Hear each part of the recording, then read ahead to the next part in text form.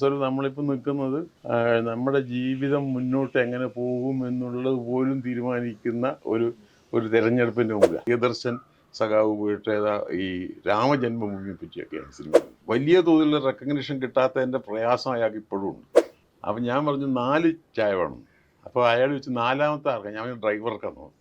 അപ്പം ഈ 4ാമത്തെ ചായയായിട്ട് അയാൾ നോക്കുമ്പോൾ ഈ മനുഷ്യൻ ഇറങ്ങി വരും. ആ സിനിമയുടെ ഗ്യാപ്പിൽ അയാൾ തന്നെ ഗ്യാപ്പ് ഉണ്ടാക്കി വന്ന് ഇതിനകത്ത് അഭിനയിച്ചിട്ട് പോവുമായിരുന്നു. ലാൽ അതിന് വലിയൊരു ഇൻ്റർവ്യൂ കൊടുത്തു നാനയിൽ. ആ കാലത്ത് അന്ന് ലാൽ പറഞ്ഞൊരു കാര്യം, ഇതിനകത്ത് എനിക്ക് ഏറ്റവും സന്തോഷം, അത് ലാലൊക്കെ ആയിരുന്നെങ്കിൽ ആ സിനിമയ്ക്ക് കുറേയും കൂടി ഒരു റീച്ചും ഡൈമെൻഷനും ഒക്കെ ഉണ്ടായിരുന്നു. മാത്രമല്ല അതൊന്നും അത്ര വലിയ സിനിമയല്ല ഈ ഗുണ എന്നൊക്കെ പറയുന്നത്. പക്ഷേ അത് ഞാൻ കണ്ടതാണ്. കാരണം ഗുണ സിനിമ കണ്ടിരുന്നു വളരെ മുമ്പ്, തിയേറ്ററിൽ പോയി കണ്ടതാണ്. എന്നെ തീരെ ഇമ്പ്രസ് ചെയ്യാത്തൊരു സിനിമയാണ്. നമസ്കാരം, ട്രൂ ടോക്കിലേക്ക് എല്ലാവർക്കും സ്വാഗതം.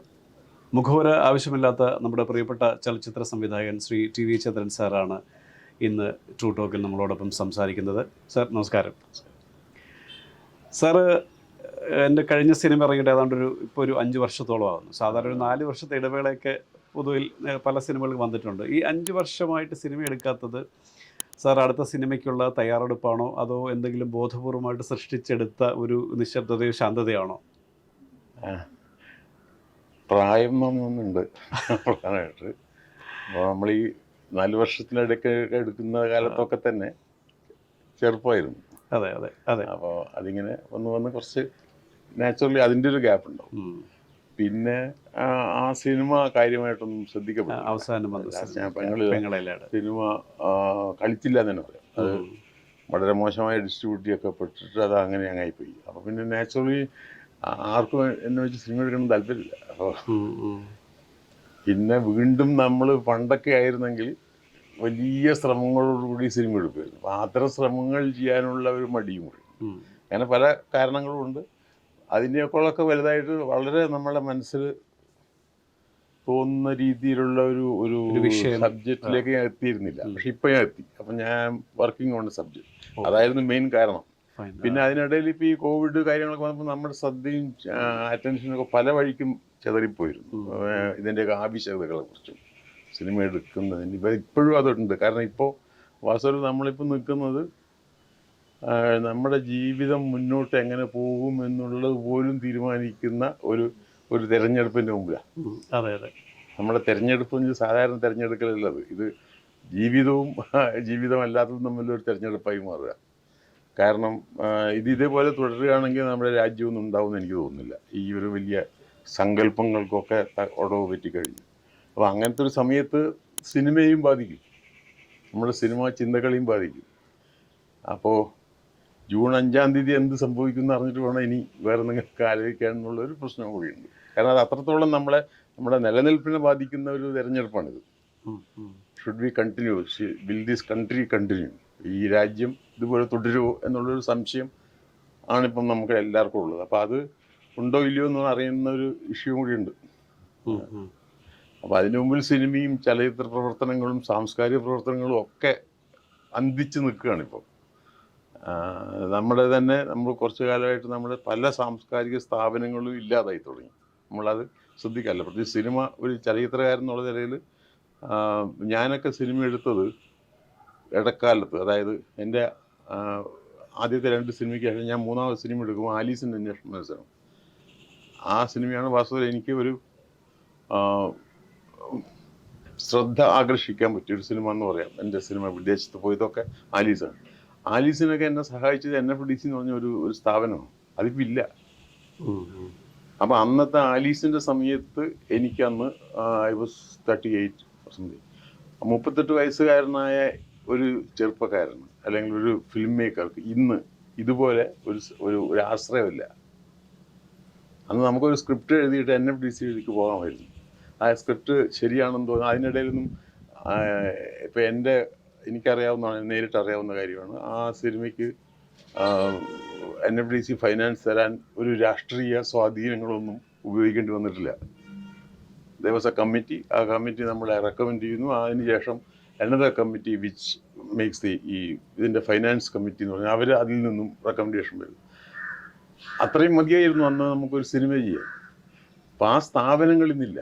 അത്തരം എല്ലാ സ്ഥാപനങ്ങളെയും കുറച്ചായിട്ട് ഇല്ലാണ്ടായിക്കൊണ്ടിരിക്കുക. അപ്പോൾ നമുക്ക് ഇപ്പോൾ സിനിമ ചെയ്യണമെങ്കിൽ ഓഫ് കോഴ്സ് അന്നത്തെ സിനിമയുടെ കണ്ടീഷനല്ല ഇന്ന് കുറേയും കൂടി ഡെമോക്രറ്റൈസ് ചെയ്യപ്പെട്ടിട്ടുണ്ട്. കാരണം ഈ ഡിജിറ്റൽ സിനിമ വന്നതോടെ ആർക്കും ഏത് ഫോർമാറ്റിലും സിനിമ എടുക്കാമെന്നൊക്കെ ആയിട്ടുണ്ട്. കുറേയും കൂടി ഈസി ഒക്കെയാണ്. പക്ഷെ സ്റ്റിൽ സിനിമ നീഡ്സ് ഫൈനാൻസ് ഇല്ലേ? അപ്പോൾ അതിനൊക്കെ നമ്മളെ ഒരു പർപ്പസ്ഫുൾ സിനിമ ചെയ്യാനായിട്ട് ഒരു ഗവൺമെൻറ്റിൻ്റെ ഭാഗത്തു നിന്നൊന്നും സഹായമല്ല, ഉപദ്രവങ്ങൾ മാത്രമാണ് ഇപ്പോൾ ഉള്ളത്. അപ്പോൾ നമ്മളെ ഒരു അഭിപ്രായം പറഞ്ഞാൽ ഏത് സമയത്തും നമ്മൾ അകത്തായി പോകും. ഞാൻ ഒരു തമാശ പറഞ്ഞിരുന്നു, ഈ ഫിലിം ഫെസ്റ്റിവലിൻ്റെ എന്താണ് ഡോക്യുമെൻ്ററി ഫിലിം ഫെസ്റ്റിവലാണോ അങ്ങനെ ഒരു ഫെസ്റ്റിവൽ ഞാൻ ഉദ്ഘാടനം ചെയ്തിരുന്നു നമ്മുടെ അക്കാഡമിയിൽ കഴിഞ്ഞ വർഷം അവസാനം. അപ്പം ഞാൻ അന്ന് സംസാരിച്ചൊരു തമാശ ഉണ്ടായിരുന്നു. അതായത് എന്താണെന്ന് വെച്ചാൽ ഞാൻ ആദ്യം കോട്ട് ചെയ്തത് ഈ കാശ്മീർ ഫയൽസ് എന്ന് പറഞ്ഞ ഗുജറാത്ത് ഫയൽസ് എന്ന് പറഞ്ഞൊരു സിനിമ ചെയ്ത 3 പാർട്ടിൽ ചെയ്ത ആനന്ദ് ശർമ്മയോ അദ്ദേഹത്തിൻ്റെ ഡോക്യുമെൻ്ററിയെ പറ്റി ഞാൻ പറഞ്ഞു. അപ്പോൾ അതുപോലത്തെ ഒരു ഡോക്യുമെൻ്ററി ഇന്ന് ചെയ്താൽ നമ്മുടെ വീട്ടിൽ ED വരും, മനസ്സിലായി? അപ്പോൾ ഈ പുതിയ ഡോക്യുമെൻ്ററി ഫിലിം മേക്കേഴ്സിനോട് ഞാൻ പറഞ്ഞു, you go head beware of ED എന്നാണ് ഞാൻ പറഞ്ഞത്. അപ്പോൾ അന്ന് വലിയ തമാശയായിരുന്നു ആ സ്റ്റേജിൽ.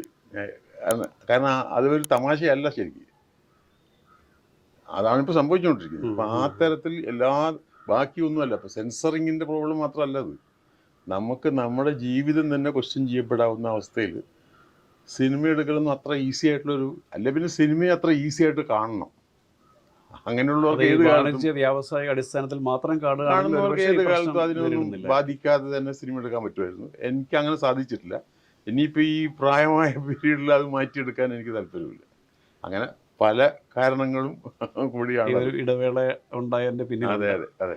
പിന്നെ എൻ്റെ ഇടവേളയൊന്നും സിനിമയെ കാര്യമായിട്ട് ബാധിക്കുന്നതല്ല. ഞാനൊന്നും സിനിമയിൽ ഏറ്റവും പ്രധാനപ്പെട്ട ആളും. ധാരാളം സിനിമകൾ വരുന്നുണ്ട്, വലിയ വലിയ സിനിമകളൊക്കെ അല്ലേ. അപ്പോൾ ഇപ്പോൾ എന്താണ് ബയോപിക്കിൻ്റെ ഒക്കെ ഒരു കാലമല്ല. ഓരോരുത്തർ സിനിമ എടുക്കുന്നു. ഇപ്പോൾ എന്താ നമ്മുടെ പ്രിയദർശൻ സഖാവ് പോയിട്ട് ഈ രാമജന്മഭൂമിയെ പറ്റിയൊക്കെയാണ് സിനിമ എടുക്കുന്നത്. അതെങ്ങനെ അമ്പലം ഉണ്ടായി എന്നൊക്കെ അദ്ദേഹമൊക്കെ എടുക്കണം. അപ്പം നമ്മളതിലൊക്കെ അഭിമാനപൂരിതമാകാം, അല്ലാണ്ട് പറയാൻ പറ്റും. അങ്ങനെയൊക്കെയാണ് സ്ഥിതി. അതുപോലെ പണ്ട് നമ്മൾ ഈ നല്ല സിനിമകളെന്ന് അറ്റ്ലീസ്റ്റ് ഒരു തിയേറ്ററിൽ ഈ പറഞ്ഞ പോലെ സർക്കാർ തിയേറ്ററുകളിലും അല്ലെങ്കിൽ ചില ഉച്ചപ്പടം എന്നൊക്കെ പണ്ട് പറഞ്ഞിരുന്നെങ്കിൽ പോലും സീരിയസ് ആയിട്ട് സിനിമകൾ കാണിക്കാൻ ഒരു ഇടമുണ്ടായിരുന്നു തിയേറ്ററുകളിൽ, അല്ലെങ്കിൽ ഫെസ്റ്റിവലുകൾ ഉണ്ടായിരുന്നു. ഫിലിം സൊസൈറ്റികളൊക്കെ വളരെ സജീവമായിരുന്നു. ഇന്നിപ്പോൾ വന്നിട്ട് ഈ സീരിയസ് ആയിട്ട് സിനിമ കാണുന്ന ആൾക്കാർക്ക് ഫിലിം ഫെസ്റ്റിവലുകളോ അല്ലെങ്കിൽ സോഷ്യൽ മീഡിയ എന്ന് പറഞ്ഞാൽ യൂട്യൂബോ അല്ലെങ്കിൽ OTT പ്ലാറ്റ്ഫോമുകളൊന്നും ഈ പറഞ്ഞ പോലെ സീരിയസ് സിനിമകളെ പ്രോത്സാഹിപ്പിക്കുന്നില്ല. കൊമേഴ്ഷ്യലി വയബിൾ ആയിട്ടുള്ള കാര്യം മാത്രമേ ഉള്ളൂ. അപ്പോൾ ഈ നമ്മൾ ഈ പ്ലാറ്റ്ഫോമുകൾ കുറയുന്നത് അല്ലെങ്കിൽ ഇത്തരം സിനിമകൾ പ്രദർശിപ്പിക്കാനുള്ള പ്ലാറ്റ്ഫോമുകൾ കുറയുന്നതും സജീവമായ സിനിമകൾ ഉണ്ടാകത്തിനൊരു കാരണമാണോ ഈ തിയേറ്റർ? അതുമാണ്. മാത്രമല്ല നമ്മുടെ ഒരു കൺസെപ്റ്റ് ഓഫ് ഈ സീരിയസ് സിനിമ എന്ന് പറഞ്ഞ കൺസെപ്റ്റ് തന്നെ മാറിയിട്ടുണ്ട് ഇപ്പം. അതെ, അങ്ങനെ ഇല്ലാതെ ഒരു കാലത്ത് ആർട്ട് സിനിമകൾ, കൊമേഴ്ഷ്യൽ സിനിമകൾ അതിർവരമ്പുകൾ മാറിയിട്ടുണ്ട്. അപ്പോൾ സിനിമകൾ ഉണ്ടാവുന്നുണ്ട്. ഇപ്പോൾ നമ്മളെ ജോസ് പല്ലിശ്ശേരിയുടെ ഒക്കെ സിനിമയെ നമ്മൾ ഏത് വകുപ്പിലെപ്പെടുത്തുക, സീരിയസ് ആണെന്നോ അല്ലെങ്കിൽ അങ്ങനെയല്ല എന്ന് പറയാൻ പറ്റില്ല. But it's real cinema.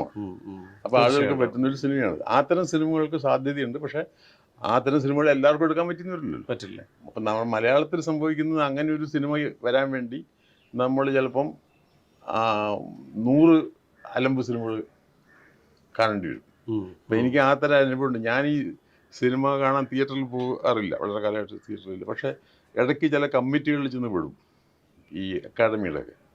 അപ്പോൾ എന്താണെന്ന് വെച്ചാൽ നമ്മൾ അതുവരെ സിനിമ കാണാത്തതിനുള്ള കോമ്പൻസേഷൻ അല്ലെങ്കിൽ അതിനുള്ള ശിക്ഷ എന്ന മട്ടിൽ 70 സിനിമയൊക്കെ ഒറ്റയ്ക്ക് ഇരുന്ന് കാണേണ്ടി വരും. അപ്പോൾ 70 സിനിമയൊക്കെ കാണുമ്പോൾ അതിനകത്ത് ഒരു സിനിമയൊക്കെ ഉണ്ടാവുള്ളൂ ചിലപ്പോൾ. ബാക്കി ആ ഒരു സിനിമ വളരെ നല്ലതായിരിക്കട്ടെ, പക്ഷേ 69 സഹിക്കാൻ പറ്റില്ല. ഒരെണ്ണം കിട്ടാൻ വേണ്ടി 69 അത് സാധാരണ സിനിമയൊന്നുമല്ലത്, ചുമ്മാ സിനിമയാണ്. അതിപ്പോൾ ഈ ഡിജിറ്റൽ പ്ലാറ്റ്ഫോം വന്നതുകൊണ്ട് ചുമ്മാ മൊബൈൽ ഫോണുള്ള ഒരാൾ ഒരു സംവിധാനമായിട്ട് മാറുന്ന. ഇപ്പോൾ ഈ തവണത്തെ നമ്മുടെ ട്രിവാൻഡ്രം ഫിലിം ഫെസ്റ്റിവലിൽ ഈ ഫെസ്റ്റിവലിൽ ഞാനൊരു കമ്മിറ്റിയിലുണ്ടായിരുന്നു.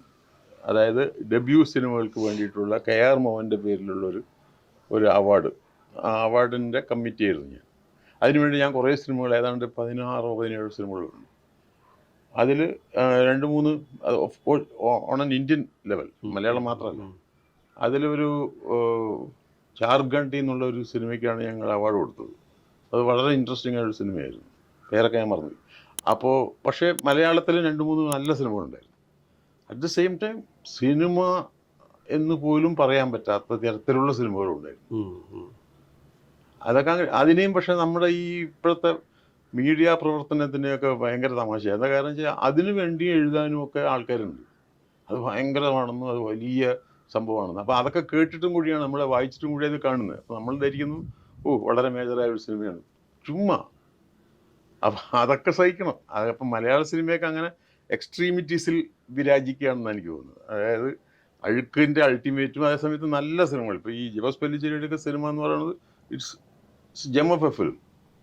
അത് ആർക്കും കൊതി തോന്നിക്കുന്ന ഒരു സിനിമയാണ്. അപ്പോൾ അതിനോടൊപ്പമാണ് ബാക്കിയുള്ള ആൾക്കാരുള്ളൂ. അപ്പം നമുക്ക് ഏതാണ് എന്നൊന്നും പറയാൻ പറ്റില്ല. അതെ, ഇന്ന് തിരിച്ചറിയ അല്ലെങ്കിൽ നമുക്ക് അല്ല, അതുകൊണ്ട് ഈ സീരിയസ് സിനിമ എന്നൊക്കെ പറയുന്നത് കോൺസെപ്റ്റ് തന്നെ മാറിയിട്ടുണ്ട്. അത് നല്ലതുമാണ്. ലിജോയുടെ ഒരു സിനിമയിൽ ഞാൻ അഭിനയിച്ചിട്ടുണ്ട്, സിറ്റി ഓഫ് ഗോഡ് എന്ന് പറഞ്ഞിട്ട്. ലിജോയുടെ രണ്ടാമത്തെ സിനിമ, ആദ്യത്തെ നായകൻ, രണ്ടാമത്തെ സിനിമയിൽ. അതൊരു കാലത്തിന് മുൻപ് വന്നൊരു സിനിമയായിരുന്നു. കാരണം അത് തിയേറ്ററിൽ വന്നിട്ട് ആളുകൾക്ക് മനസ്സിലായില്ല, അതൊരു ട്രയോളജിക്കൽ പടമായപ്പോൾ അന്ന്. അപ്പം ഞാനെപ്പോഴും പറയും, ലിജോ ജോസ് പെല്ലിശ്ശേരി കുറച്ച് കാലത്തിന് മുമ്പേ സഞ്ചരിക്കുന്ന ഒരു സംവിധാനം. അപ്പം ആ സിനിമ ഒരു 10 വർഷം കഴിഞ്ഞിട്ട് ഇറങ്ങുകയാണെങ്കിൽ ഒരു പക്ഷേ തിയേറ്ററിൽ വലിയ കൊമേഴ്ഷ്യലി സക്സസ് ആയിരുന്നു. അപ്പോൾ അങ്ങനെ ലിജോയുടെ ചിന്തകളും ഈ പറഞ്ഞ പോലെ ഈ മുഖ്യധാരയിലുള്ളതിൽ വളരെ വ്യത്യസ്തമായിട്ട് ചിന്തിക്കുന്ന ഒരാളാണ്. സാർ വേറെ ആരെങ്കിലും അതുപോലെ ശ്രദ്ധിക്കാറുണ്ടോ? ഇപ്പോൾ ലിജോ ജോസ് പെല്ലിശ്ശേരിയുടെ കാര്യം പറഞ്ഞു. ഞാനിപ്പോൾ എനിക്ക് ആ തൊണ്ടി മുതൽ എന്നൊക്കെ അടുത്ത സിനിമ എടുത്താണ്. I like his films. ആദ്യത്തെ ശ്യാം പുഷ്കരൻ, ദിലീഷ് പോത്തൻ, എന്താണ് മഹേഷിന്റെ പ്രതികാരം, very well made films. I like him. ഞാൻ വാസ്തവത്തിൽ ഒരു ഫിലിം മേക്കർ എന്നുള്ളത് എനിക്ക് ഇപ്പം മലയാളത്തിൽ ഏറ്റവും ഇഷ്ടമുള്ള ഒരു ഫിലിം മേക്കർ അവനാണ്. അവൻ വല്ലപ്പോഴും എടുക്കാറുള്ളൂ. അവൻ കൂടുതൽ സമയത്ത് അഭിനയിച്ചൊക്കെ കൂടുതൽ സമയം ദിലീഷ് അഭിനേതാവ് എന്നുള്ള നിലയിൽ. പക്ഷേ ആ ടീം തന്നെ, എൻ്റെ ടീം, ശ്യാം എഴുതുന്നു, ദിലീഷ്, അവർ നല്ലൊരു ടീമുമാണ്. Very good.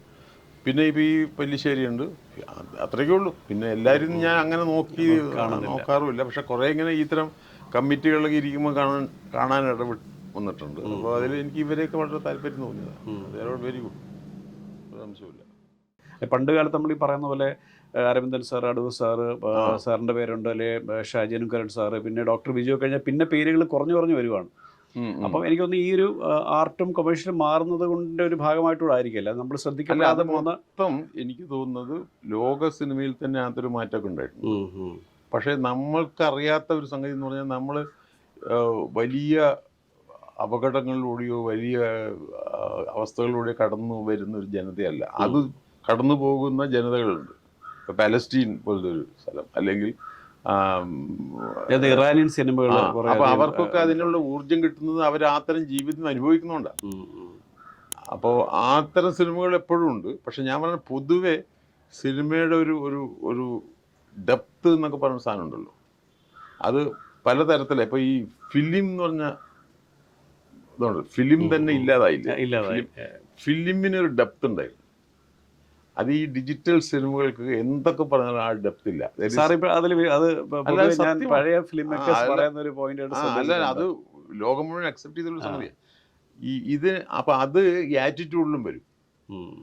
ആറ്റിറ്റ്യൂഡ് തന്നെ അങ്ങ് ഇറങ്ങി വരുന്ന അത്തരം ചിന്തകളില്ല സിനിമയിൽ. സിനിമ അതിൻ്റെ ആവശ്യമില്ല എന്നും കൂടി ഏതാണ്ടൊരു പ്രൂവൺ ഇതായിട്ടുണ്ട്.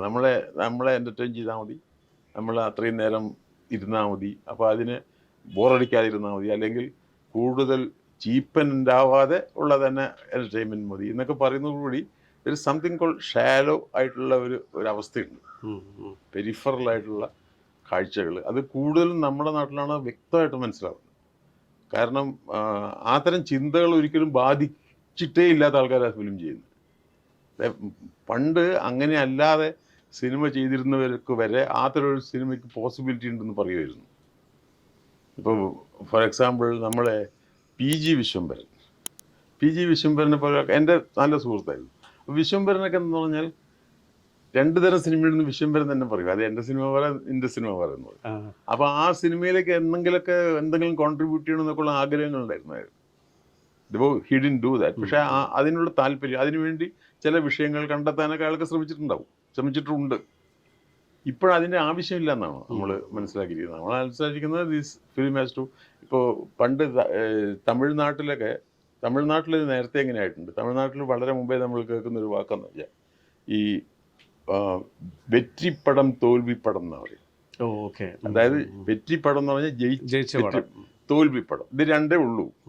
നമുക്ക് അങ്ങനെ ഒരു ഡെഫിനിഷൻ ഉണ്ടായിരുന്നില്ല. നമ്മൾ അങ്ങനെയാണെങ്കിൽ അരവിന്ദൻ്റെയൊക്കെ എല്ലാ സിനിമയും തോൽവിപ്പടം. അതെ അതെ. നമ്മൾ അതിനപ്പുറത്തും സിനിമയ്ക്ക് എന്തോ ഉണ്ട് ഇപ്പൊ, പക്ഷെ അങ്ങനെ അല്ലാതായിട്ടുണ്ട്. ഇപ്പൊ നമ്മൾ മലയാള സിനിമയും വെറ്റിപ്പടം തോൽവിപ്പടം. ഓരോരുത്തരും കോടികളുടെ കണക്ക് പറയുകയൊക്കെ ചെയ്യുമ്പോൾ എത്ര കിട്ടി, എന്ത് കിട്ടി, മനസ്സിലായില്ലേ? ഇപ്പോഴും ഞാൻ അരവിന്ദൻ്റെ ഒരു ഇന്റർവ്യൂ ഓർക്കുന്നു. വളരെ മുമ്പേ അരവിന്ദനെ ചിന്തരവി ഇന്റർവ്യൂ ചെയ്തു. ചിന്തരവി എന്ന് പറഞ്ഞാൽ നമ്മുടെ സുഹൃത്തുണ്ടായിരുന്നു. ചിന്തരവി ഉത്തരായനം കഴിഞ്ഞ ഉടനെയാണെന്ന് തോന്നുന്നു, അതോ കഞ്ഞനസ്ഥയുടെ സമയത്ത് അവൻ്റെ അരവിന്ദനെ ഇന്റർവ്യൂ ചെയ്തപ്പോൾ അരവിന്ദൻ്റെ സിനിമ വഴി ഉച്ചപ്പടാണെന്നൊക്കെ. കാഞ്ഞനസീത പ്രത്യേകിച്ചും ഒരു ഷോ മറ്റാ കളിച്ചത്, കോട്ടയത്ത് ദിവസത്ത് ഒരു ഷോയെ കളിച്ചുള്ളൂ പോയിരുന്നു. അപ്പോൾ അന്ന് അരവിന്ദൻ പറഞ്ഞൊരു മറുപടി ഉണ്ടായിരുന്നു. അതായത് ഈ പുസ്തകങ്ങളെ പറ്റി നമ്മളിങ്ങനെ ചോദിക്കാറില്ലല്ലോ, എത്ര പേര് വായിച്ചു എന്നൊരു പുസ്തകത്തെ ആരും കണക്കാക്കാറില്ല. ഒരു സിനിമയാകുമ്പോൾ മാത്രം എത്ര പേര് കണ്ടു. അപ്പോൾ പുസ്തകത്തിന് സിനിമയേക്കാൾ കൂടുതൽ എന്തൊരു വിലയുണ്ട് എന്നുള്ളൊരു ധാരണയില്ല. അപ്പോൾ ആ ഒരു ധാരണ തെറ്റാണ് എന്ന് അദ്ദേഹം വളരെ വർഷങ്ങൾക്ക് മുമ്പ് പറഞ്ഞത് ഞാൻ ഓർക്കുന്നു. അപ്പം ഏതായാലും ഇപ്പം നമ്മുടെ സിനിമ അങ്ങനെ ഒരു അവസ്ഥയിലേക്ക് എത്തിയിട്ടുണ്ട്. കാരണം it has to reach people. Quantitative മാത്രമല്ല, അത് കളിച്ചാൽ കൊള്ളാം എന്നായി തീർന്നു. അപ്പം അതൊക്കെ നമ്മളെപ്പോലെ പലരും ഇതിൽ നിന്നും മാറി നിൽക്കേണ്ട ഒരു കാലമായി എന്നും കൂടി ഒരു ഇതായിരിക്കാം. ഞാൻ അങ്ങനെ ഡിഫീറ്റിസ്റ്റ് ആയിട്ടല്ല പറഞ്ഞത്, പക്ഷേ ഡിഫീറ്റിസ്റ്റ് ആവുന്ന അവസ്ഥ സിനിമയുടെ അവസ്ഥയായിട്ടല്ല ഞാൻ പറഞ്ഞത്. നമ്മുടെ ചുറ്റുമുള്ള നമ്മുടെ രാഷ്ട്രീയ കാലാവസ്ഥ അത് നമ്മളെ വല്ലാതെ ബേജാറാകുന്നുണ്ട്. മറ്റേ സിനിമയൊക്കെ നമുക്ക് നേരെയാക്കി എടുക്കാം. കുറേ നല്ല സിനിമകൾ വന്നാൽ സിനിമകൾ നന്നാവും, അല്ലെങ്കിൽ സിനിമയെ പറ്റി സീരിയസ് ആയിട്ട് ആലോചിച്ച സിനിമ വന്നു. പക്ഷേ ഇത് നമ്മുടെ കയ്യിലല്ല ഉള്ളത്, ഇത് മനുഷ്യരുടെ കയ്യിലാണ് ഉള്ളത്. ഇന്ത്യയിലെ എല്ലാ ജനങ്ങളുടെ കയ്യിലുമാണുള്ളത്. അപ്പോൾ അവർ തീരുമാനിച്ചാലേ നമുക്ക് രക്ഷ കിട്ടുള്ളൂ. അല്ലെങ്കിൽ ഇത് കണ്ടിന്യൂ ചെയ്ത് ഇങ്ങനെ വരികയാണെങ്കിൽ I think all these democratic institutions നമ്മുടെ കൾച്ചറൽ, കാരണം ഒരു ചരിത്രവും കൾച്ചറും ചരിത്രവുമാണ് എപ്പോഴും ഈ തരം ആൾക്കാർ ഉന്നമിടുക ഒരു ഫാസിസ്റ്റ് ഇതിൽ. അപ്പോൾ ഇത് രണ്ടും ഇല്ലാതാക്കാനായിരിക്കും ശ്രമിക്കുക. അത് രണ്ടും ഇല്ലാതാക്കുന്ന ശ്രമങ്ങൾ നടന്നുകൊണ്ടിരിക്കുക. ഇപ്പോൾ പുതിയ ഇവരുടെ പുസ്തക കമ്മിറ്റിയുടെ ഇത് കണ്ടല്ലോ നിങ്ങൾ. അതായത് അതിനകത്ത് ബാബറി മസ്ജിദോ അല്ലെങ്കിൽ ഗുജറാത്ത് കലാപോ ഒന്നുമില്ല, അതിന് പകരം രാമജന്മഭൂമിക്ക് വേണ്ടിയുള്ള ശ്രമങ്ങളൊക്കെയാണ് കുട്ടികളെ പഠിപ്പിക്കുന്നത്. അപ്പോൾ ഇത് കുറച്ച് കഴിയുമ്പോൾ ഇതൊക്കെ തന്നെയാവും ചരിത്രം.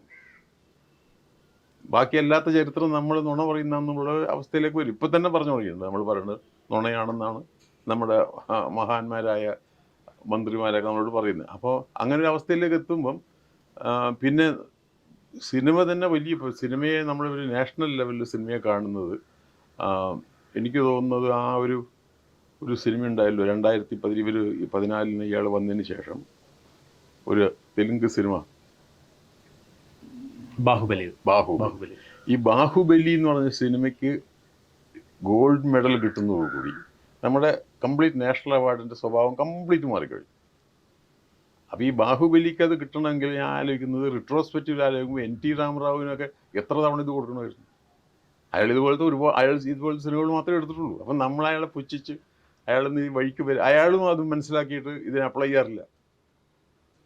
NT രാമറാവു ഒന്നും നാഷണൽ അവാർഡിന് അപ്ലൈ ചെയ്തിട്ടുണ്ടാവില്ല. കാരണം അത് നമ്മൾ ചെയ്യുന്ന ഒരു മോശം പ്രവൃത്തിയല്ല ഇതെന്ന് വെച്ചാൽ അയാൾ അതിൽ ഒതുങ്ങുമായിരുന്നു. ഇന്നിപ്പോൾ അതിന് ശേഷം നമുക്ക് ആ നാഷണൽ അവാർഡിൻ്റെ ലിസ്റ്റ്, അത് ആ ബാഹുബലിക്ക് ശേഷമുള്ള അവാർഡുകളുടെ ലിസ്റ്റ് എടുത്ത് നോക്കിയാൽ മതി. ഓരോ വർഷവും പൂപ്പ് കുത്തുന്ന ഒരവസ്ഥയാണ്. അപ്പോൾ എങ്ങനെ ഒരു മേജർ സിനിമയൊക്കെ എടുത്തിട്ട് ഈ കമ്മിറ്റിയിലേക്കൊക്കെ പോകും? കാരണം ഈ കമ്മിറ്റിയിൽ ഇരിക്കുന്നത് തന്നെ സിനിമയായിട്ട് യാതൊരു ബന്ധമില്ലാത്ത ചില കക്ഷികളൊക്കെ. എനിക്ക് നല്ല തമാശയായിട്ട് ഇത് ഈ മദ്രാസിൽ ഞങ്ങൾ പണ്ട് ഉണ്ടായിരുന്ന കാലത്ത് ചെറിയ ചെറിയ വേഷങ്ങളൊക്കെ ചെയ്ത് അടിപിടിയൊക്കെ അഭിനയിക്കുന്ന ഒരു പയ്യനുണ്ടായിരുന്നു. അവൻ നമ്മളെ കണ്ട ചന്ദ്രട്ടാന്നൊക്കെ വിളിക്കും, അങ്ങനെ നടക്കുന്നത്. അവനെ ഞാൻ വളരെ വർഷത്തിന് ശേഷം ഡൽഹിയിലൊരു ഫെസ്റ്റിവലിന് ചെന്നപ്പോൾ ഇവൻ വലിയ താടിയൊക്കെ ആയിട്ട് എന്തോ ഒരു ബോധാനന്ദ ഒരു പേരൊക്കെ ഇട്ടിട്ട് അവൻ ഒരു നാഷണൽ അവാർഡ് കമ്മിറ്റിയിലെ മെമ്പറാണ്, ജൂറി മെമ്പറാണ്. വലിയ താടിയൊക്കെ. അപ്പം ഞാൻ പറഞ്ഞു, എന്താ നിനക്ക് മിണ്ടാണ്ടിരിക്കുന്നു? അവനിപ്പോൾ വേറെയാ, കണ്ണൊക്കെ മേലോട്ടൊക്കെ ആയിരിക്കും. അപ്പോൾ ആ തരം ആൾക്കാരാണ്. അവനെ നമുക്ക് പെട്ടെന്ന് ഞാൻ പറഞ്ഞുതരാം, നിങ്ങൾക്ക് മനസ്സിലാവും. തൂവാനത്തുമ്പികൾ എന്ന് പറഞ്ഞ സിനിമയിൽ അഭിനയിച്ചിട്ടുണ്ടാകും. അതായത് അതിൽ ഈ പത്മരാജൻ്റെ ആ പടത്തിൽ മോഹൻലാലിനെ പിടിച്ചുകൊണ്ട് മോഹൻലാലിൻ്റെ 2-3 സുഹൃത്തുക്കളിൽ അതിൽ ഏറ്റവും അടുത്ത സുഹൃത്തായിട്ട് അതിലാണ് അവന് ഒരു റെക്കഗ്നൈസബിൾ ആയിട്ടുള്ള റോള് കിട്ടിയിട്ടുണ്ട്. അവനിപ്പോൾ ഇല്ല, പാവം, ഈസ് ലെഫ്റ്റ് ദി വേൾഡ്. പക്ഷേ ഇതിനിടയിൽ അവൻ ഇവൻ ഈ വലിയ താടിയൊക്കെ ആയിട്ട് അവനിങ്ങനെ ഇരിക്കുന്നു. അപ്പം ഞാൻ പറഞ്ഞു, ഇത് മറ്റേ നമ്മുടെ സുരേഷ് അങ്ങനെ എന്തോ പേരാണ്. അപ്പോൾ അവൻ പറഞ്ഞു, ചന്ദ്രേട്ട അതൊന്നുമല്ല പേരൊക്കെ മാറ്റി. അവൻ നാഷണൽ അവാർഡ് കമ്മിറ്റിയിൽ ജൂറിയ. അവൻ ഇതൊക്കെ മാറിക്കോട്ടെ, പണ്ട് ഇതൊക്കെ സംഭവിക്കാറുണ്ട്, ആൾക്കാർ താടി വയ്ക്കാറുണ്ട്. പക്ഷേ ആൾക്കാരിങ്ങനെ നാഷണൽ അവാർഡിലേക്ക് കയറാറില്ല. അപ്പോൾ അത് സംഭവിച്ചു കഴിഞ്ഞു, നമ്മുടെ നാട്ടിൽ മുമ്പേ നടന്നു. ഇനിയിപ്പം അതിൻ്റെ എക്സ്ട്രാ അതിൻ്റെ കൂടുതൽ എക്സ്റ്റൻഷൻസ് അല്ലേ വരുള്ളൂ. വിശേഷിച്ചൊന്നും പ്രതീക്ഷിക്കാനില്ല ആ കാര്യങ്ങളൊക്കെ. സാർ, ഇപ്പോൾ വളരെ കേരളത്തിൽ സജീവമായിട്ട് ചർച്ച ചെയ്യുന്നൊരു വിഷയം കേരള സ്റ്റോറി എന്ന സിനിമയെ പറ്റിയാണ്. അപ്പോൾ അത് എനിക്ക് തോന്നിയൊരു കാര്യം, നമ്മൾ സിനിമകൾ എന്ന് പറയുന്നത് നമ്മൾ സിനിമകൾ സംസാരിക്കേണ്ട പ്രേക്ഷകരാണ്. പക്ഷേ നമുക്കിവിടെ വരുമ്പോഴത്തേക്കും നമ്മൾ സിനിമകളിലേക്ക് അല്ലെങ്കിൽ പ്രേക്ഷകർ അല്ലെങ്കിൽ സിനിമാ പ്രവർത്തകർ എന്നുള്ള ഉപരിയായിട്ട് നമ്മളത് രാഷ്ട്രീയം അതുമായിട്ട് വളരെ കണക്റ്റഡ് ആയിട്ട്, ഇത് പൊളിറ്റിക്കലി ആൻഡ് റിലീജിയസ്ലി കണക്റ്റഡ് ആയിട്ടുള്ളൊരു സംസാരമാണ്. എനിക്ക് തോന്നുന്നില്ല ഈ കേരള സ്റ്റോറി സിനിമയെ പറ്റിയിട്ടുള്ളൊരു ചർച്ച എങ്ങനെ നടക്കുന്നില്ല. കേരള സ്റ്റോറി സിനിമ മൂലം ഉണ്ടാകാവുന്ന രാഷ്ട്രീയ അല്ലെ ജാതീയമായ പ്രത്യേകതകളെ പറ്റിയിട്ട് മാത്രമുള്ള ചർച്ചയെ ഇന്ന് പൊതുസമൂഹത്തിൽ കാണുന്നുള്ളൂ. അപ്പോൾ ഇതെന്താണ് സാറിനൊരു കാഴ്ചപ്പാട്? എങ്ങനെയാണത്? ഇതിങ്ങനെ തന്നെയാണോ നമ്മൾ അഡ്രസ്സ് ചെയ്യേണ്ടത്? ഞാനിപ്പോൾ നിങ്ങൾ വരുന്നതിന് ഒരു കുറച്ച് മുമ്പ് ഒരു മെമ്മോറാണ്ടത്തിൽ സൈൻ ചെയ്തുള്ളൂ. ഈ സിനിമയുടെ പ്രദർശനത്തിന് എതിരായിട്ടുള്ള ഒരു മെമ്മോറാണ്ടം. അത് ഇങ്ങനെ കണ്ടിന്യൂ ചെയ്യരുതെന്നും, കാരണം ഇത് ചില പള്ളി ഇതൊക്കെ ഇതിൻ്റെ പ്രദർശനങ്ങൾ വരികയും, ഇപ്പോൾ ദൂരദർശനിൽ കാണിച്ചത് മാത്രമല്ല, ചില പള്ളിക്കാരൊക്കെ അതേപറ്റി വാർത്തയിൽ കാണും. അപ്പോൾ അല്ല, നമ്മളതിനെ കാണുന്ന എങ്ങനെ വെച്ചാൽ ഒരു സിനിമയും അങ്ങനെ ക്വസ്റ്റ്യൻ ചെയ്യാൻ പാടില്ല എന്ന് നമുക്ക് പറയാം. കാരണം cinema has to be seen എന്നിട്ട് വേണം പറയാം. പക്ഷേ ഇതിൻ്റെ മൊത്തം കൺസെപ്റ്റും അതിൻ്റെ തുടക്കം തന്നെ വളരെ ഹീനമായ രീതിയിലുള്ള ചില പ്രൊപ്പഗൻഡയാണെന്ന് നമുക്ക് എല്ലാവർക്കും മനസ്സിലാവുന്നതുകൊണ്ടാണ് ഈ ക്വസ്റ്റ്യൻ. അപ്പോൾ ഒരു സംസ്ഥാനത്തെ ഇങ്ങനെ തരം താഴ്ത്തി കാണാനും നമ്മുടെ ഒരു ജനതയെ തന്നെ തരം താഴ്ത്താനുമായിട്ടുള്ളൊരു ഹീനമായ ശ്രമമായതുകൊണ്ടാണ് നമ്മളതിനെ എതിർക്കുന്നത്. അപ്പോൾ അതിൽ സിനിമ മുഴുവൻ കണ്ട് ചെയ്യണമെന്നൊന്നും പറയേണ്ട കാര്യമില്ല. കാരണം ഇത് അത്രയും മോശമാണ് അതിൻ്റെ ചിന്താ പദ്ധതി. ഞാൻ അതിനെതിരായിട്ടുള്ളൊരു മെമ്മോറാണ്ടത്തിൽ ഇപ്പോൾ ഒപ്പിട്ടതുകൊണ്ട് അത് തന്നെ എനിക്ക് പറയാൻ പറ്റും. ഈ തരം ഏർപ്പാടുകൾ പാടില്ല എന്നുള്ളത്. കാരണം ഇത് സ്റ്റാർട്ട് ചെയ്തത് മുതൽ കശ്മീർ ഫയൽസ് എന്ന് പറഞ്ഞൊരു സിനിമയിലാണ്. അതെ. അപ്പോൾ ആ സിനിമ അവിടെ കാശ്മീർ പണ്ഡിറ്റ്സിന് വേണ്ടിയിട്ടുള്ള വലിയ സങ്കടഹർജിയായിരുന്നു എന്നൊക്കെ പറഞ്ഞ് നമ്മുടെ ഫൈനാൻസ് മിനിസ്റ്ററൊക്കെ പാർലമെന്റിൽ നിന്ന് കരയുണ്ടായിരുന്നു ആ സിനിമയെ പറ്റി. ആ സ്ത്രീക്കൊക്കെ കരയാൻ അറിയുന്ന അപ്പോഴാണ് നമ്മൾ മനസ്സിലാവുന്നത്. അവർ ഉള്ളി തിന്നാക്കാൻ നടക്കുന്ന ഒരു സ്ത്രീ ഉണ്ടല്ലോ, നമ്മുടെ ഫൈനാൻസ് മിനിസ്റ്റർ. അവർ കരയുന്നു ഈ സിനിമകൾ ആലോചിച്ചിട്ട് സഹിക്കാൻ വയ്യാവാം. അതുപോലെ നമ്മുടെ പ്രൈം മിനിസ്റ്റർക്കും പല മീറ്റിങ്ങുകളിലും കണ്ണു നിറഞ്ഞു പോയിട്ടുണ്ട് ഈ സിനിമയെ പറ്റി പറയുമ്പോൾ. അതിൻ്റെ എക്സ്റ്റൻഷനാണ് ഈ കേരള സ്റ്റോറി എന്ന് പറയുന്നത്. അപ്പോൾ അത് കണ്ടു തന്നെ തീരുമാനിക്കണം എന്നൊക്കെ പറയുന്നതിന് അർത്ഥമൊന്നുമില്ല. അതൊന്നും ഉണ്ടാവരുത്. ചില കാര്യങ്ങൾ വേണ്ടാന്ന് തന്നെ വെക്കേണ്ടി വരും. ഇപ്പം നമ്മൾ മലയാളികൾ എന്ന് പറയുന്നവർ വളരെ പ്രബുദ്ധരാണെന്ന് പറയുന്നുണ്ടെങ്കിൽ ഇപ്പം അതേ സമയത്തിന് ആവിഷ്കാര സ്വാതന്ത്ര്യം 2 കാര്യങ്ങൾ പറയുന്നുണ്ടല്ലോ. അപ്പോൾ അതും ഇതോടെ രണ്ടുകൂടെ ടാലി ആവുന്നില്ല. അല്ലല്ല, ആവിഷ്കാര സ്വാതന്ത്ര്യത്തിന് എതിരൊക്കെ തന്നെ ഇത്. പക്ഷേ ആവിഷ്കാര സ്വാതന്ത്ര്യത്തിൻ്റെ പുറത്തും ചില മിനിമം മര്യാദകളൊക്കെ ഉണ്ട്. അപ്പോൾ അത് ഈ സിനിമ ആ മര്യാദകൾക്ക് അപ്പുറം പോകുന്നു എന്നാണ്. അങ്ങനെ തന്നെയാണ് ഞാൻ മനസ്സിലാക്കിയത്. ഞാൻ ആ സിനിമ കണ്ടിട്ടില്ല. ഓക്കെ. അതിനെപ്പറ്റി വായിച്ചും പറഞ്ഞും കേട്ടും അറിഞ്ഞിട്ടേ ഉള്ളൂ. അപ്പോൾ അറിഞ്ഞതിൽ നിന്ന് അത് അങ്ങനെ ഒരു സിനിമയാണ് എന്നാണ് എനിക്ക് മനസ്സിലാവുക. വാസ്തവത്തിൽ എൻ്റെ സ്റ്റാൻഡ് അത്ര പെർഫെക്റ്റ് ആവണമെന്നില്ല അതിൽ. പക്ഷേ ഈ തരം ഒരു സംഗതിയെ നമ്മൾ പ്രോത്സാഹിപ്പിക്കരുതെന്ന് തന്നെയാണ് എനിക്ക് തോന്നുന്നത്. കാരണം ഇതൊരു കണ്ടിന്യൂ ആവും. ഇത് അതിന് വേണ്ടിയിട്ടുള്ളൊരു ശ്രമമാണ് നടക്കുന്നത്. ഒരു തരം തുണിപൊക്കി കാണിക്കുന്നതിനൊക്കെ നമ്മളെപ്പോഴും തുണിപൊക്കി കാണിക്കണ്ടെന്ന് പറയില്ലേ, അങ്ങനെയൊക്കെയുള്ളൊരു സംഗതിയില്ലേ. അപ്പോൾ ഒരു ദർ ഇസ് സർട്ടൻ ലിമിറ്റ്സ്. ആ ലിമിറ്റിൻ്റെ അപ്പുറത്ത് പോയത് കൊണ്ടായിരിക്കണം ഇതിനിങ്ങനെ ഒരു എതിർപ്പ് വന്നത്. അപ്പോൾ ഞാൻ ആ എതിർപ്പിൽ പങ്കെടുത്തു കഴിഞ്ഞു. അതുകൊണ്ട് തന്നെ എതിർപ്പ് എന്ന് തന്നെ പറയാൻ പറ്റില്ല. അപ്പോൾ സാറ് സിനിമ കാണാതെ അതിനെ എതിർക്കുന്നു എന്ന് പറയുന്നത് ആക്ച്വലി അങ്ങനെയാണെങ്കിൽ കുറെ കൂടെ കണ്ടതിന് ശേഷം എതിർക്കുന്നല്ലേ? അല്ല, അതൊന്നും കണ്ടിരിക്കണം എന്നുള്ള നിർബന്ധമൊന്നും. കണ്ടതിനെ പറ്റി ഉത്തമ ബോധ്യമുണ്ട്. കാരണം മാത്രമല്ല, ആ സിനിമകളിലൊക്കെ ഒരു സിനിമ കാണൽ തന്നെ നമുക്ക് തീരെ പറ്റാത്ത സിനിമ കാണൽ വലിയ ശിക്ഷയാണ്. അത് ഞാൻ കുറേ ശിക്ഷ അനുഭവിച്ചിട്ടുണ്ട്. അത് തന്നെ ശിക്ഷയാണ്. അപ്പം പിന്നെ ഈ സിനിമയൊന്നും കാണേണ്ട കാര്യമൊന്നുമില്ല. ബട്ട് ഇത് കണ്ടിന്യൂ ചെയ്യരുതെന്ന് പറയാനെങ്കിലും നമുക്ക് സാധിക്കണം. The should not be continued എന്ന് പറയാൻ പറ്റുന്നത്. ഈ ഒരു ചിന്താ പ്രോഗ്രാം ഉണ്ടല്ലോ, ആ പ്രോസസ്സ് ശരിയല്ല എന്നാണ് നമ്മൾ പറയുന്നത്. സിനിമയല്ല. സിനിമ ചിലപ്പം അരുണ്ണോ നമ്മൾ കാണാതെ പറയുന്നത് ശരിയല്ല. പക്ഷെ ഞാൻ പറഞ്ഞ ആ തോട്ട് പ്രോസസ്സ് ശരിയല്ല, അതാണ് ഉദ്ദേശിച്ചത്.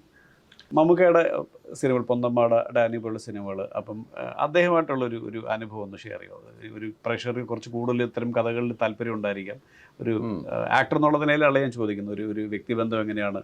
അതുപോലെ മമ്മൂട്ടിയുടെ 2 സിനിമകൾ വന്നിട്ട് മോഹൻലാലിനെ വെച്ച് സിനിമ ഇതുവരെ കണ്ടിട്ടില്ല. ഇതൊക്കെ ആയിരിക്കും സാധാരണ പ്രേക്ഷകർക്കുള്ള ചില രസമുള്ള 3 സിനിമകൾ. 3 സിനിമകൾ. അപ്പോൾ അതിൽ എനിക്ക് ഏറ്റവും മമ്മൂട്ടി എന്ന് പറഞ്ഞ ഒരു ആക്ടർ എന്നതിനേക്കാൾ കൂടുതൽ ഒരു വ്യക്തിയോട് ഏറ്റവും താല്പര്യവും അദ്ദേഹത്തിനോട് വലിയ നന്ദിയും തോന്നിയൊരു സംഗതി ഈ 2 സിനിമകളല്ലാത്ത 3ാമത്തെ ആ സിനിമയ്ക്ക് വേണ്ടി ഓർമ്മകൾ ഉണ്ടായിരിക്കണം. കാരണം അതിൽ അദ്ദേഹം കോപ്പറേറ്റ് ചെയ്തത്, the way he cooperated in the cinema. ഇപ്പോൾ ഈ പൊന്തമ്മാട എന്ന സിനിമ ചെയ്യുമ്പം തന്നെ നമുക്കറിയാം അത് ഒരു നാഷണൽ റെക്കഗ്നിഷൻ മമ്മൂട്ടി കിട്ടാൻ വേണ്ടിയിട്ടാണ്. അതിനുവേണ്ടി അദ്ദേഹം മെനക്കെട്ട് ശ്രമിച്ചത്. ഡാനിക്കും അത് തന്നെയായിരുന്നു. പൊന്തമ്മാടയ്ക്ക് കിട്ടി, ഡാനിക്ക് കിട്ടിയില്ല. ഈ ഓർമ്മകൾ ഉണ്ടായിരിക്കണം എന്ന സിനിമയിൽ ഒരു ചെറിയ കുട്ടിയാണ് പ്രധാന കഥാപാത്രം. 5 ദിവസത്തേക്കാണ് മമ്മൂട്ടി വരുന്നത്. ഒരിക്കലും ഒരു അവാർഡ് കിട്ടൂല, പൈസയും ഇല്ല. അപ്പം അങ്ങനെ ഒരാൾ വരുമോ ഒരു സിനിമയ്ക്ക്? ഇതിൽ ഏതെങ്കിലും ഒന്ന് വേണ്ടേ? അല്ലെങ്കിൽ അത്രയധികം കാശ് കൊടുക്കണം അയാളുടെ അന്നത്തെ നിലയനുസരിച്ച്.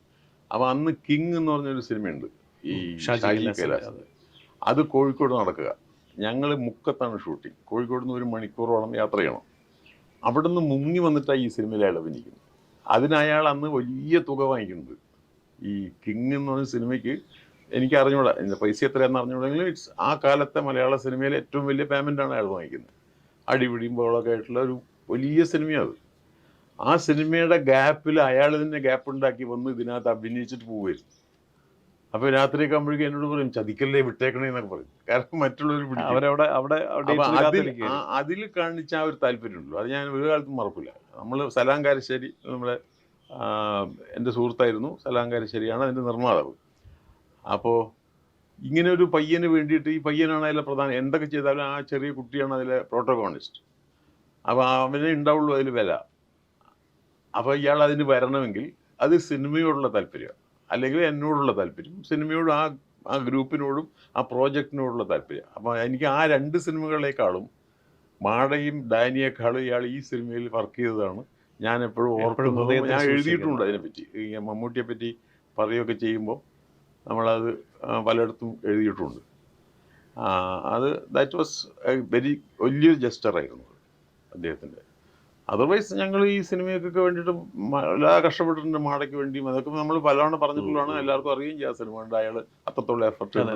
അതിൽ കൂടുതൽ അയാൾ നന്നായി അഭിനയിച്ചു എന്ന് എനിക്ക് തോന്നുന്ന സിനിമ ഡാനിയാണ്. അയാളുടെ ആക്ടിങ്ങിൻ്റെ സ്വഭാവം തന്നെ മാറ്റിയെടുത്തൊരു സിനിമയാണ് ഡാനി. കാരണം ഡാനി ചെയ്യുന്നത് വരെ ഉണ്ടാവുന്ന ഡാനി ചെയ്യുന്നവരെ അയാളൊരു വലിയേട്ടനായിരുന്നു, അങ്ങനെ വരുള്ളൂ. അതിന് ശേഷമാണ് അദ്ദേഹം ഫ്രീ ആയത്. ഡാനിക്ക് ശേഷമാണ് പിന്നെ എന്ത് തമാശയും കാണിക്കാനായത്. He become a free person. അയാൾ ആദ്യമായിട്ട് ഡാൻസ് ചെയ്യുന്നത് ഡാനിക്ക് വേണ്ടിയാണ്. ശരി. അതിനു മുമ്പൊന്നും ഈ പരിപാടി നയാക്കാറുണ്ട്. അതൊക്കെ മോഹൻലാലിനുള്ള ഡിപ്പാർട്ട്മെൻ്റ് ആയിരുന്നു, തമാശ കാണിക്കലും. മറ്റേ എന്താണ് തുറുപ്പ് ഗുലാൻ എന്നൊക്കെ പറഞ്ഞ സിനിമകളൊക്കെ വരുന്നത് ഡാനിക്ക് ശേഷമാണ്. അയാളുടെ മൊത്തം സ്വഭാവം മാറിപ്പോയി. അത് അയാൾ പറയാറുണ്ട്, താൻ എന്നെ മാറ്റിയടിച്ചു എന്ന്. കാരണം അങ്ങനെ ഒരാളായി. ഒരു ലാഘവം, മനസ്സിൽ ലൈറ്റ് ഹാർട്ടഡ് ആയിട്ടുള്ള, മറ്റേതൊരു ബലം പിടിച്ച ഒരു ക്ലാസിക് നടന്ന അയാൾ വലിയ പെർഫോമൻസ് ഉണ്ട്, ഇല്ല എന്നല്ല ഞാൻ പറഞ്ഞത്. ഈവൻ എൻ്റെ സിനിമയിൽ തന്നെ അയാൾ നന്നായിട്ട് അഭിനയിച്ചിട്ടുണ്ട്, മാടയിലൊക്കെ. പക്ഷേ ഡാനി വരുമ്പോൾ എന്താണെന്ന് വെച്ചാൽ Danny freedom as an individual, as an artist. ആ രീതിയിലുള്ള ഒരു വലിയൊരു മാറ്റം ആ സിനിമയ്ക്ക് ഉണ്ടായിട്ടുണ്ട്. അതിന് ആളുകളെടുത്ത് ധാരാളം അംഗീകാരം കിട്ടി. എന്നെ പല ഫിലിം മേക്കേഴ്സ് തന്നെ വിളിച്ച് ചോദിച്ചിട്ടുണ്ട്, ഇതെങ്ങനെ സാധിച്ചെടുത്തു. പ്രത്യേകിച്ച് ഞാൻ ഈ അടുത്ത കാലത്ത് ഡെന്നീസ് ജോസഫ് അടുത്ത കാലത്ത് മരിച്ചുപോയി. അയാളെ ഞാൻ കണ്ടിട്ടില്ല, അയാളെ ഞാൻ ഫോണിൽ സംസാരിച്ചുള്ളൂ. അപ്പോൾ ആ ഫോൺ ഇതായിരുന്നു. അയാൾ പറഞ്ഞു, താനിതെങ്ങനെ ഒപ്പിച്ചെടുത്തു, ഇയാളെ കൊണ്ട് ഇതെങ്ങനെ ചെയ്തു എന്നാണ്. കാരണം ഇയാളെ വളയ്ക്കാൻ പ്രയാസമാണ്. ഇവരൊക്കെ ഒരുപാട് ശ്രമിച്ച് പരാജയപ്പെട്ടിട്ടുള്ളതായിരിക്കണം. ഈ ഡെന്നീസ് ജോസഫ് അടക്കം സിനിമകൾ മാക്സിമം സ്ക്രിപ്റ്റ് എഴുതുകയും മനു അങ്കിൾ എന്നൊക്കെ പറഞ്ഞ അപ്പോൾ അവൻ പറഞ്ഞു ഇതിന് പ്രത്യേക ഒരു അവാർഡ് ചന്ദ്രൻ തരണമെന്നാണ് ഈ സംഭവം ചെയ്തത്.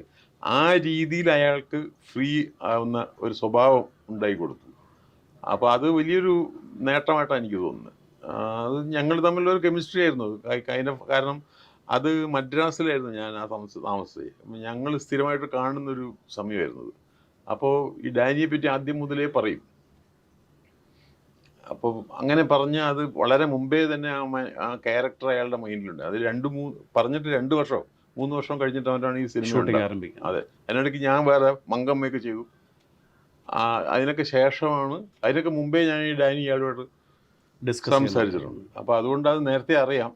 അത് നമ്മുടെ ഒരു കമ്പൈൻ പ്രോജക്റ്റ് ആയിരുന്നു. പക്ഷെ അതിൽ ഒരു വലിയ തോതിലുള്ള റെക്കഗ്നിഷൻ കിട്ടാത്തതിൻ്റെ പ്രയാസം അയാൾക്ക് ഇപ്പോഴും ഉണ്ട്. എന്നെ കാണുമ്പോൾ പുള്ളി പറയും തനിക്ക് നാഷണൽ അവാർഡ് കിട്ടി, എനിക്കൊന്നും മണ്ണം കിട്ടി. കാരണം വെച്ചാൽ ഒരു പൈസ ഇല്ലാതെ അഭിനയിക്കുന്നത്, ഞാനാണ് അതിൻ്റെ പ്രൊഡ്യൂസർ. അപ്പോൾ അയാൾ ആണ്, പൈസയൊന്നും പ്രശ്നമേ അല്ല. അപ്പോൾ ഇടയ്ക്ക് ഇയാൾക്ക് ആ കാലത്തൊക്കെ ഒരു സ്വഭാവമുണ്ട്. ഈ സ്ഥിരമായിട്ടുള്ള മമ്മൂട്ടിയുടെ ഒരു ക്യാരക്ടർ അങ്ങനെ വെച്ചാൽ 2 ആഴ്ചക്കുള്ളൊന്നും, അന്ന് മദ്രാസിലെ ഇദ്ദേഹം താമസം, 2 ആഴ്ചക്കുള്ളിൽ ഒരു ലൊക്കേഷനിൽ നിൽക്കില്ല. അപ്പോൾ അയക്കുന്ന മദ്രാസ് പോയിട്ട് വരണം. അപ്പോൾ എന്നോടും പറഞ്ഞു ഇത്. ഞാൻ പറഞ്ഞു മദ്രാസിൽ പോകണമെങ്കിൽ ടിക്കറ്റ് എടുത്തിട്ട് പോയിക്കോ, എൻ്റെ 10 പൈസ. അപ്പോൾ അയാൾ ടിക്കറ്റും തരില്ലേ. അമ്മ ടിക്കറ്റിനും കാശില്ല, പോണ്ടാന്ന്. അപ്പം അങ്ങനെയൊക്കെയുള്ള ഒരു രീതിയായിരുന്നു അത്. അപ്പം ഞങ്ങളിൽ ഒരാളായി വസ്തുത്തിൽ. ഞങ്ങളൊരു 10-40 പേര് അവിടെ ഉണ്ട്. ആ 40 പേരിൽ ഒരാൾ. ഞങ്ങളന്ന് ഒരിക്കലും മറക്കാത്തൊരു ഡാനിയുടെ അനുഭവം എനിക്ക് എന്താണെന്ന് വെച്ചാൽ, ഡാനിയുടെ ഷൂട്ടിംഗ് നടന്നുകൊണ്ടിരിക്കുമ്പം ആരിഫ് എന്ന് പറഞ്ഞൊരു ഫ്രണ്ടാണ്, ഇപ്പോഴും നമ്മുടെ അവിടെ ക്ലോസ് ഫ്രണ്ടാണ്. ആരിഫാണ് അതിൻ്റെ പ്രൊഡക്ഷൻ നോക്കിയിരുന്നത്. അപ്പോൾ ആരിഫിൻ്റെ കയ്യിലാണ് ഇതിൻ്റെ പൈസയൊക്കെ ഉള്ളത്. അപ്പോൾ ആരിഫ് രാവിലെ എന്നെ വിളിച്ച് വന്നിട്ട് പറഞ്ഞു 50 ഉറുപ്പിക മറ്റുള്ളൂ കയ്യിൽ ഈ മൊത്തം യൂണിറ്റിന്. ഈ പച്ചക്കറി ഒന്നും വാങ്ങിക്കാനൊന്നും കാശില്ല. അപ്പോൾ എന്ത് ചെയ്യുന്നൊക്കെ. അപ്പോൾ ഞാൻ എന്ത് ചെയ്യുന്ന കറക്റ്റായിട്ട് അന്ന് വൈകുന്നേരം തിരുവനന്തപുരത്ത് സൂസന്നയ്ക്ക് ബെസ്റ്റ് ഡയറക്ടർ അവാർഡ് മാതൃഭൂമിയിൽ. അതിൽ മമ്മൂട്ടി ബെസ്റ്റ് ആക്ടറാണ്. ലോഹിദാസിൻ്റെ ഒരു പടമുണ്ട് അരയന്നങ്ങളുടെ വീട്, അതിന് മമ്മൂട്ടിക്ക് ബെസ്റ്റ് ആക്ടർ. സൂസന്നയ്ക്ക് വേണ്ടി KG ജയൻ, അവനായിരുന്നു സൂസന്നയുടെയും ക്യാമറാമാൻ, ഡാനിയുടെയും. അപ്പോൾ അവനാണ് സൂസന്നയ്ക്ക് വേണ്ടി ക്യാമറാമാൻ. അപ്പം ഞങ്ങൾ 3 പേരും പോയാൽ ഷൂട്ടിംഗ് ഉണ്ടാവില്ലല്ലോ, 3 പേരും തിരുവനന്തപുരത്ത് പോവാണ്. അപ്പം ഞാൻ ആരിഫിനോട് പറഞ്ഞു ബാക്കിയുള്ളവരോടൊക്കെ പറഞ്ഞേക്ക് ഇങ്ങനെ അവാർഡ് വാങ്ങിക്കാൻ പോയിരിക്കുകയാണ്, അല്ലെങ്കിൽ ഷൂട്ടിംഗ് നടക്കില്ല, പൈസയില്ല. പക്ഷേ അവാർഡ് വാങ്ങിക്കാൻ പോയതാണ്. അതുകൊണ്ട് പോയി വരുമ്പം നമുക്ക്. അപ്പോൾ അതുവരെ എങ്ങനെയെങ്കിലും ആരിഫ് മാനേജ് ചെയ്യും. ഒരു ദിവസം വെറുതെ ഇരിക്കുന്നവർക്ക് ഭക്ഷണം കൊടുക്കല്ലേ ഉള്ളൂ, അതെങ്ങനെയും മാനേജ് ചെയ്യും. അങ്ങനെ ഞങ്ങൾ 3 പേരും പോയി അവാർഡ് വാങ്ങിക്കുന്നു. രാത്രി ഇവിടെ ചന്ദ്രശേഖരനാഥ് സ്റ്റേഡിയത്തിലായിരുന്നു അവാർഡ്. നമ്മുടെ വീരേന്ദ്രകുമാർ ഒക്കെ ഉണ്ടെന്ന് ഞാൻ അദ്ദേഹത്തിന് ആദ്യമായിട്ടും അവസാനമായിട്ടും സംസാരിച്ചു ആ ദിവസം. അപ്പോൾ അവാർഡൊക്കെ കഴിഞ്ഞപ്പോഴേക്കും ഞാൻ മമ്മൂട്ടിയോട് പറഞ്ഞു ഇമ്മീഡിയറ്റ് നമുക്ക് പോകണം. അപ്പോൾ എനിക്ക് 75,000 രൂപയാണ് അവാർഡ് കിട്ടിയത്. ഈ 75,000 രൂപ കൊണ്ടുപോയി ക്യാഷ് ആക്കണം. ആലപ്പുഴയാണ്. അപ്പോൾ ഇമ്മീഡിയറ്റ് ആലപ്പുഴ എത്തണം. ഏർലി മോർണിംഗ് ഷൂട്ടിംഗ് തുടങ്ങാനുള്ള. അങ്ങനെ അപ്പം ജയനും മമ്മൂട്ടിയും ഞാനും ശ്രീകുമാർ, അന്ന് എൻ്റെ സുഹൃത്തായിരുന്നു ശ്രീകുമാർ ആ പടത്തിൽ അഭിനയിക്കുന്നുണ്ട്, P. ശ്രീകുമാർ. അയാൾക്ക് അവാർഡില്ലെങ്കിൽ അയാൾ ഞങ്ങളോട് വന്നിട്ടുണ്ട്. അപ്പം ഞങ്ങളിങ്ങനെ 4 പേരും മമ്മൂട്ടിയുടെ എന്തൊരു BMW അങ്ങനെ ഒരു വലിയ കാറുകളിൽ അദ്ദേഹം വണ്ടി ഓടിക്കുകയാണ്. വണ്ടി ഓടിക്കുമ്പോൾ ഞാൻ പറയുന്നത് ഫാസ്റ്റ്നെസ് പോരാന്നാണ്. ഓ അത് ശരി. ഒറ്റടിക്കുകയാണ്. നമുക്ക് ജനറലി അത്ര സ്പീഡിൽ ഓടിക്കുന്ന ഒരാളും കൂടി ആണ്. അതിലും മേലെ കയറുകയാണ് ഞാൻ. അപ്പം അന്ന് നല്ല രസമായിട്ടുള്ള കാര്യം, ഒരു 3 മണിയൊക്കെ ആയപ്പോൾ ഞങ്ങൾ ആലപ്പുഴയ്ക്ക് അടുത്ത് എവിടെയോ സ്ഥലത്തെത്തി. അപ്പോൾ ചായ കുടിക്കാൻ വേണ്ടി നിർത്തിയപ്പം ഒരു പ്രായമുള്ളൊരു മനുഷ്യൻ ഒറ്റയ്ക്ക് നടത്തുന്നൊരു ചായക്കടയാണ്. പുലർച്ചെ 3 മണിക്കാണ്. ഈ വണ്ടി ഓഫീസിൽ ഞങ്ങൾ 3 പേര് ആദ്യം പോയി. അപ്പം ഞാൻ പറഞ്ഞു 4 ചായ വേണം. അപ്പോൾ അയാൾ വെച്ച് 4ാമത്തെ ആർക്കാണ്, ഞാൻ ഡ്രൈവർക്കാന്ന് പറഞ്ഞു. അപ്പോൾ ഈ 4ാമത്തെ ചായയായിട്ട് അയാൾ നോക്കുമ്പോൾ ഈ മനുഷ്യൻ ഇറങ്ങി വരുന്നു. അയാൾ പുറകോട്ട് വീണു. ഈ വയസ്സൻ അതേ ഒരിക്കലും പ്രതീക്ഷിക്കുന്നില്ല. ഒരു ലൈറ്റൊക്കെ ആയിട്ട് ഇയാളിങ്ങനെ ഡ്രൈവർ വരുന്നു. 4ാമത്തെ ചായ എപ്പോഴും ഡ്രൈവർക്കാണുള്ളൂ. അപ്പം അങ്ങനെയൊക്കെ ആയിട്ട് ഞങ്ങൾ രാവിലെ അവിടെ എത്തി. അപ്പോൾ അന്ന് ഈ ബാങ്ക് മാനേജറായിട്ട് നമ്മുടെ ഒരു ബന്ധം ഉണ്ടാവില്ല. അയാളുടെ വീട്ടിൽ പോയി അയാളെ വിളിച്ച് എഴുന്നേൽപ്പിച്ച് 75,000 രൂപയുടെ ക്യാഷ് ആക്കുന്നു. ക്യാഷ് ആക്കി. അപ്പോൾ അതിനിടയിൽ ഈ 50,000 രൂപ ഇയാളുടെ കയ്യിലുണ്ട്. അതിന് ഞാൻ കൊതിയോടെ നോക്കുന്നുണ്ട്, മമ്മൂട്ടിയുടെ കയ്യിൽ. അപ്പോൾ അയാൾ പറഞ്ഞു ഇത് ഞാൻ ഭാര്യയ്ക്ക് കൊടുക്കാൻ തരില്ല, ചോദിക്കാതെ തന്നെ തരില്ല എന്ന് പറഞ്ഞു. ഞാൻ ഇങ്ങനെ ഇടയ്ക്ക് വണ്ടി ഓടിക്കുമ്പം അല്ല അദ്ദേഹത്തിന് മനസ്സിലാക്കാണ് ഇതിലേക്ക് ഒരു നോട്ടം വന്നു. അപ്പോൾ തന്നില്ല. അങ്ങനെ 75,000 റുപ്പീസ്. അപ്പോൾ ഒരു സിനിമയുടെ പഴയ സിനിമയുടെ അവാർഡ് കൊണ്ട് ഒരു സിനിമ ഷൂട്ട് ചെയ്യുന്ന അനുഭവമൊക്കെ ഭയങ്കര രസകരമായ ഒരു അനുഭവം. 70,000 രൂപ കിട്ടി. അന്ന് ഞങ്ങൾ ഹാപ്പിയായി. ഒരു 3-4 ദിവസം പിന്നെ പ്രശ്നമില്ല ഈ സാധനങ്ങൾ വാങ്ങിക്കാൻ. അങ്ങനെ സൂസന്നെ ഡാനിയെ സഹായിച്ച അനുഭവമൊക്കെ ഉണ്ടായിട്ടുണ്ട്. അതിലൊക്കെ ഇയാൾ അതിൻ്റെ പാർട്ടിയാണ്. He was a party to that. അപ്പോൾ അത് വലിയൊരു. അപ്പോൾ അന്ന് ഞാൻ എന്നിട്ട് വീരേന്ദ്രകുമാറിന് അതാ ഞാൻ പറയാം, അദ്ദേഹത്തിന് അന്നാണ് ഞാൻ നേരിട്ട് കാണുന്നത്. അപ്പോൾ പക്ഷേ എന്നെ അയാൾക്ക് അറിയാം, കാരണം അയാളുടെ മകൻ എൻ്റെ ഫ്രണ്ടാണ്. വളരെ മുമ്പേ വിളിച്ചിട്ടുണ്ട്. അപ്പം വീരേന്ദ്രകുമാർ എന്നോട് പറഞ്ഞു, ചന്ദ്ര അപ്പം നല്ല തുകയാണ് സൂക്ഷിച്ച് വെച്ചോളുന്നത്. അപ്പം ഞാനപ്പോൾ അയാളുടെ അടുത്ത് ഒരു ഡയലോഗ് അടിക്കുന്നു, സാർ ഒരു ദിവസത്തെ ഷൂട്ടിംഗ് നിർത്തി വെച്ചിട്ടാണ് വന്നിരിക്കുന്നത്, അതിന് എത്ര ഉറുപ്പ് ചിലവാകുമെന്ന് അറിയുന്നുണ്ട്. അപ്പോൾ അയാൾ എന്നോട് അയാളെ സോറി നമ്മുടെ 10 വയസ്സില്ലാത്ത അയാളാണ്. അപ്പം അയാൾ പക്ഷെ ഒരു സിനിമയുടെ ഷൂട്ടിങ്ങിന് 10 ലക്ഷമൊക്കെയാണ് ഒരു ദിവസം ചിലവാകുന്നത്. അങ്ങനെയൊക്കെയാണല്ലോ. അപ്പം ഇത് കാരണം ആ ഷൂട്ടിംഗ് നിന്നു. അപ്പൊ അത്രയും 75 കിട്ടിയെങ്കിൽ എനിക്ക് 10 ലക്ഷം നഷ്ടമാണെന്ന രീതിയിലൊക്കെ പറഞ്ഞതും ഞാൻ ഓർക്കുന്നു. അപ്പൊ അങ്ങനെയൊക്കെ ഒരു തമാശ ഉണ്ടായിട്ടുണ്ടായിരുന്നു. That was all. അപ്പൊ അതിലൊക്കെ ഇയാളൊരു പാർട്ടിയാണ്, ഈ പാർട്ടി ടു ദാറ്റ്. എനിവേ ഞാൻ അദ്ദേഹത്തിനെ കണ്ടിട്ടും ഇപ്പം എനിക്ക് JC ഡാനിയൽ അവാർഡ് കിട്ടിയപ്പോൾ എന്നെ വിളിച്ച ആദ്യത്തെ വിളി മമ്മൂട്ടിയുടെ ആയിരുന്നു. അങ്ങനെയൊക്കെയുള്ളൊരു കോണ്ടാക്ട് ഇപ്പോഴും ഉണ്ട്. ഒരാവശ്യം വന്നാലൊക്കെ അയാൾ എന്നെ വിളിക്കും. അപ്പം എന്നോട് ചോദിക്കുകയും ചെയ്യും, ഇനിയിപ്പം നിങ്ങൾക്കൊക്കെ ഒരു ഡേറ്റൊക്കെ തരേണ്ടി വരുമല്ലോ എന്ന്. അങ്ങനെ ഒരു ചിന്തയൊക്കെ ഞങ്ങൾ തമ്മിൽ ഇടയ്ക്ക് ഇപ്പോഴും ഷെയർ ചെയ്യുന്നുണ്ട്. പക്ഷേ അതിന് പറ്റിയൊരു സബ്ജക്റ്റോ ഒക്കെ ആണെങ്കിൽ നമുക്ക് I am confident I can make a film again make a film. അയാളാണെങ്കിൽ ഇപ്പം പറന്ന് നടക്കുകയാണല്ലോ ഓരോ. അതുപോലെ ഒരു ഈ പൃഥ്വിരാജിൻ്റെ ഒരു ഇടയ്ക്കൊരു വീഡിയോ വളരെ വൈറലായിരിക്കും. മമ്മൂക്കയുടെ ബർത്ത്ഡേക്ക് വിഷ് ചെയ്താന്ന് തോന്നുന്നു. അപ്പോൾ അദ്ദേഹം രാജു പറയുന്നത് 70 വയസ്സിന് ശേഷമായിരിക്കും, കുറേ നേരത്തെ ഉള്ളൊരു 70 വയസ്സിന് ശേഷമായിരിക്കും മമ്മൂക്കയുടെ ഏറ്റവും നല്ല ക്യാരക്ടേഴ്സ് വരുന്നതെന്ന് രാജുവിൻ്റെ ഒരു പ്രഡിക്ഷൻ പോയപ്പോൾ ഇപ്പോൾ സംഭവിക്കുന്നത് നല്ല സിനിമകളുടെ തെരഞ്ഞെടുപ്പിൻ്റെ ഭാഗമായിട്ട് മമ്മൂക്കയും അദ്ദേഹത്തിൻ്റെ പ്രൊഡക്ഷൻ മാറിക്കൊണ്ടിരിക്കുക. അപ്പം കൊമേഴ്ഷ്യൽ വയബിലിറ്റിയിൽ ഉപരിയായിട്ട് കുറെ കൂടെ ഒരു ആക്ടർ എന്നുള്ള നിലയിലും അദ്ദേഹത്തിന് കുറെ കൂടെ എക്സൽ ചെയ്യാൻ പറ്റുന്ന ഒരു പടങ്ങളിലേക്ക് മാറിക്കൊണ്ടിരിക്കും. അപ്പോൾ തീർച്ചയായിട്ടും എനിക്ക് തോന്നുന്നു ഇനിയും കൂടുതൽ കഥകളും കഥാപാത്രങ്ങളും സാറിൻ്റെ രീതിയിലും ഉണ്ടാവാൻ വളരെ സാധ്യതകൾ മുമ്പിൽ തന്നെ ഉണ്ട്. നമുക്കിടെ കേസിലാണ് അത് ഞാനും കൂടി നമുക്ക് സാധിക്കണം. അതെ, അത് അങ്ങനെയൊക്കെയാണെങ്കിൽ ആലോചിക്കാവുന്നു. അപ്പം ഞാൻ അങ്ങനെയൊന്നും ആലോചിച്ചിട്ടില്ല. പക്ഷെ ഞാൻ പറയാം, we have A good relationship even now. വല്ലപ്പോഴൊക്കെ കാണാറുണ്ട്. ഈ എന്തുകൊണ്ടാണ് ലാലേട്ടനെ വെച്ചിട്ട് മോഹൻലാൽ സാറിനെ വെച്ചിട്ട് ഞാൻ 3 സിനിമകളോടെ 3-4 സിനിമകൾ ആലോചിച്ചിട്ടില്ല, പ്ലാൻ ചെയ്തു. ഞങ്ങൾ തമ്മിൽ വളരെ അടുത്ത സൗഹൃദമൊക്കെ ആയിരുന്നു. പലപ്പോഴും എൻ്റെ തന്നെ ഒരു ഉദാസീനത കൊണ്ട് സംഭവിക്കാതെ എനിക്ക് അങ്ങനെ ഒരു കുഴപ്പമുണ്ട്. നമ്മൾ ഈ സിനിമയിലെ ഇടയിലൊക്കെ ചിലപ്പോൾ ഞാൻ ഒന്ന് ഡള്ളാവും, മനസ്സിലായില്ല. പിന്നെ പല എക്സ്റ്റേണൽ കാരണങ്ങൾ. ഒരു സിനിമ ശരിക്ക് ഭൂമിയുടെ അവകാശികൾ എന്ന് പറഞ്ഞ സിനിമ ഞാൻ അയാളെ വെച്ച് ആലോചിച്ച് തുടങ്ങിയൊരു സിനിമയാണ്. ഏതാണ്ട് ഒരു 6 മാസം ഞങ്ങൾ സംസാരിച്ചിട്ടുണ്ട്.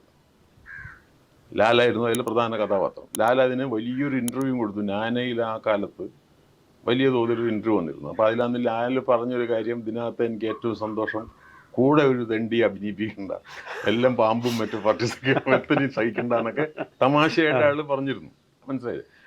ആ സമയത്ത് ദാറ്റ് വാസ് സംവെയർ ഇൻ 2005. അപ്പോൾ നോർവേയിൽ ഒരു ഫിലിം ഫെസ്റ്റിവലിൽ എനിക്ക് ഒരു ക്ഷണം വന്നു. ഒരു ഇൻ്റർനാഷണൽ സ്റ്റുഡൻസ് എന്നൊക്കെ പറഞ്ഞിട്ട് പാഠം എന്നൊരു വിലാപത്തിന് ക്ഷണം കിട്ടി കഴിഞ്ഞപ്പോൾ ഞാൻ ഇയാളോട് പറഞ്ഞു, അത് ഞങ്ങൾ ഈ ഷൂട്ട് പ്ലാൻ ചെയ്ത സമയത്താണ്. അപ്പം ഞാൻ ലാലിനെ വിളിച്ചു. ലാൽ പറഞ്ഞു, ചേട്ടാ അതിന് പോകണം, അത് വളരെ പ്രധാനപ്പെട്ട ഫെസ്റ്റിവൽ. അപ്പോൾ അങ്ങനെ പോയി. ഞാൻ പോയപ്പോൾ എന്ത് പറ്റിയെന്ന് വെച്ചാൽ ഇയാളുടെ പ്രോഗ്രാമൊക്കെ മാറി. ഞാൻ തിരിച്ച് വരുമ്പോഴേക്കും പിന്നെ അതിന് ഒരു ഗ്യാപ്പ് വന്നു. അപ്പോൾ അങ്ങനെയുള്ള എൻ്റെ തന്നെ ചില ഇത് കൊണ്ടും ഒക്കെയാണ് നടക്കാതെ പോയത്. അത് കഥാവിശേഷം എന്ന സിനിമയും ഞാൻ ലാലിനെ വെച്ച് തുടങ്ങിയത്. ശങ്കരന് മോഹൻ സിനിമയും ലാലായിരുന്നു പ്രധാനം. ലാലും ഞാനായിട്ടൊരു ഫുൾ ഡേ ആ വീട്ടിലിരുന്ന്, മദ്രാസിലത്തെ അയാളുടെ വീട്ടിലിരുന്ന് ചിരിച്ച് തമാശ പറഞ്ഞ് ഈ സിനിമയെ പറ്റി ഒരുപാട് എൻജോയ് ചെയ്തിട്ടുണ്ട്. അപ്പോൾ ഏതാണ്ട് ആ സിനിമ ചെയ്ത പോലെ അയാളുടെ കൂടെ. അപ്പം അങ്ങനെ അയാളുമായിട്ട് അടുത്തെത്തി പോയതാണ്. അപ്പോൾ അതൊക്കെ ഞാൻ അത്രത്തോളം പ്രൊഫഷണൽ അല്ലാത്തതുകൊണ്ട് സംഭവിച്ചതെന്നാണ് എൻ്റെ അഭിപ്രായം. വേറൊരാളാണെങ്കിൽ ഇത്രയും താല്പര്യം കാണിച്ച ഒരു നടനോട് പിന്നെ ഞാൻ അതിനെ എങ്ങനെയെങ്കിലും സിനിമയാക്കാൻ ശ്രമിക്കുമല്ലോ. ഉറപ്പായിട്ടും എങ്ങനെയെങ്കിലും അത് എനിക്ക് അങ്ങോട്ടും ഇങ്ങോട്ടൊക്കെ മാറിപ്പോവും. ഞാനൊരു നല്ല പുസ്തകം കിട്ടിയാൽ ചിലപ്പോൾ ആ ദിവസങ്ങളിൽ സിനിമയുടെ ഭാഗം വിട്ടുപോകും. അങ്ങനെയൊക്കെ ഉണ്ട് കുഴപ്പം. അപ്പോൾ അങ്ങനെയൊക്കെ സംഭവിച്ചതാണ്. അതുകൊണ്ട് അത് ഒരു ഡെലിബറേറ്റ് സംഭവമല്ല. അതിൽ പ്രയാസമുണ്ട്, മനസ്സിന് വിഷമമുണ്ട്. അയാളെപ്പോലെ ഒരാളെ അഭിനയിപ്പിക്കാൻ പറ്റാത്തത്. അല്ല, ഇത്ര അടുത്തെത്തിയിട്ട് പോലും 2-3 സിനിമകളുടെ തൊട്ടടുത്തെത്തിയിട്ട് ഒരു പോലും ഏതാണ്ട് ഒരു സംഭവിച്ചില്ല. കാരണം ഡാനിക്ക് ശേഷമുള്ളൊരു പീരീഡ് 2001 ഡാനിക്ക് ശേഷമുള്ള 2005 വരെയുള്ള ആ 4 വർഷവും ഞാൻ ലാലിൻ്റെ കൂടെ ഉണ്ടായിരുന്നു. ആ 4 വർഷത്തിനിടയിലാണ് ഈ സിനിമകളൊക്കെ ആലോചിച്ചതും അയാളെ കാണുകയും മീറ്റ് ചെയ്യുകയും ഇടയ്ക്കിടയ്ക്ക് പോയി കാണുകയും കാഞ്ഞിരപ്പള്ളിയിൽ അയാൾ ഭദ്രൻ്റെ സിനിമ ഒരു ഉടയോ എന്നൊരു സിനിമ, ആ സമയത്ത് ഞാൻ അവിടെ പോയി അന്ന് ഒരു മുഴുവൻ ദിവസവും ഇരുന്ന് ചർച്ച ചെയ്യുക. അന്ന് പട്ടണം റഷീദ് അവിടെയുണ്ട്, നമ്മുടെ മേക്കപ്പ് മാൻ. അപ്പോൾ റഷീദിനെ വിളിച്ച ആൾ പറഞ്ഞു, ഇതിൽ നിൻ്റെ ഒന്നും ആവശ്യമില്ല, പാമ്പിന് എന്തിനാ മേക്കപ്പ് എന്ന്. അപ്പം ഇങ്ങനെയൊക്കെയുള്ള അതിനെ ശരിക്കും എൻജോയ് ചെയ്തിരുന്ന ആൾ. അത് അവസാനം ഞാൻ വേറൊരു നടനെ വെച്ചിട്ടൊക്കെ എനിക്ക് ചെയ്യേണ്ടി വന്നു, കാരണം ആ സിനിമയൊക്കെ കയ്യിൽ നിന്ന് പോയി, അത് ശരിയായില്ല. അതുകൊണ്ട് അതിൻ്റെ ക്ഷീണവും ആ സിനിമയ്ക്ക് സംഭവിച്ചു. വാസ്തവത്തിൽ അത് ലാലൊക്കെ ആയിരുന്നെങ്കിൽ ആ സിനിമയ്ക്ക് കുറേയും കൂടി ഒരു റീച്ചും ഡൈമെൻഷനൊക്കെ ഉണ്ടായേനെ. അപ്പം അങ്ങനെ വിട്ടുപോയതാണ്, അല്ലാതെ വേറെ കാരണങ്ങളൊന്നുമില്ല. പിന്നെ ഏതോ ഒരു സമയത്ത് വെച്ച് പിന്നെ അത് കണ്ടിന്യൂസ് ആവാതായി. ഞാൻ ഈ 4-5 വർഷം ഇങ്ങനെ നടന്നെങ്കിൽ പോലും നടക്കാതായപ്പോൾ പിന്നെ അങ്ങ് വിട്ടുപോയി, അത്രേ ഉള്ളൂ. സംഭവിക്കാതെ പോയതാണ് 2-3 പ്രോജക്റ്റുകൾ അതെ പ്രവർത്തിച്ചാണ്. പിന്നീട് ഇപ്പോൾ വരുമ്പോഴത്തേക്ക് നമ്മളിപ്പോൾ ഈ പുതിയ സിനിമകളിൽ പൊതുവെ കാണൽ കുറവാണെന്ന് പറഞ്ഞെങ്കിൽ പോലും ഇപ്പോൾ മലയാള സിനിമയിൽ ഈ ആക്ടേഴ്സിലെ ടെക്നീഷ്യൻസിൽ പ്രോമിസിംഗ് ആയിട്ടുള്ള ആൾക്കാരെ ആരെങ്കിലും നോട്ട് ചെയ്യാറുണ്ടോ?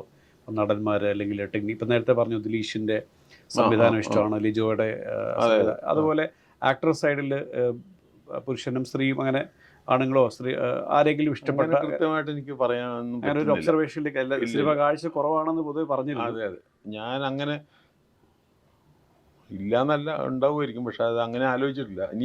ഇനിയിപ്പോൾ അത് ആലോചിക്കേണ്ട സമയമാണ്, കാരണം ഞാൻ പുതിയ സിനിമ. അപ്പോൾ എനിക്ക് കുറേയധികം മലയാള സിനിമകൾ കാണാനുള്ളൊരു പ്ലാനാണ് ഇപ്പം. എനിക്ക് ആരൊക്കെയാണ്, കാരണം ഞാനൊക്കെ ഭൂമികയിൽ നിന്ന് പുറത്തായി പോയിട്ടുണ്ട്.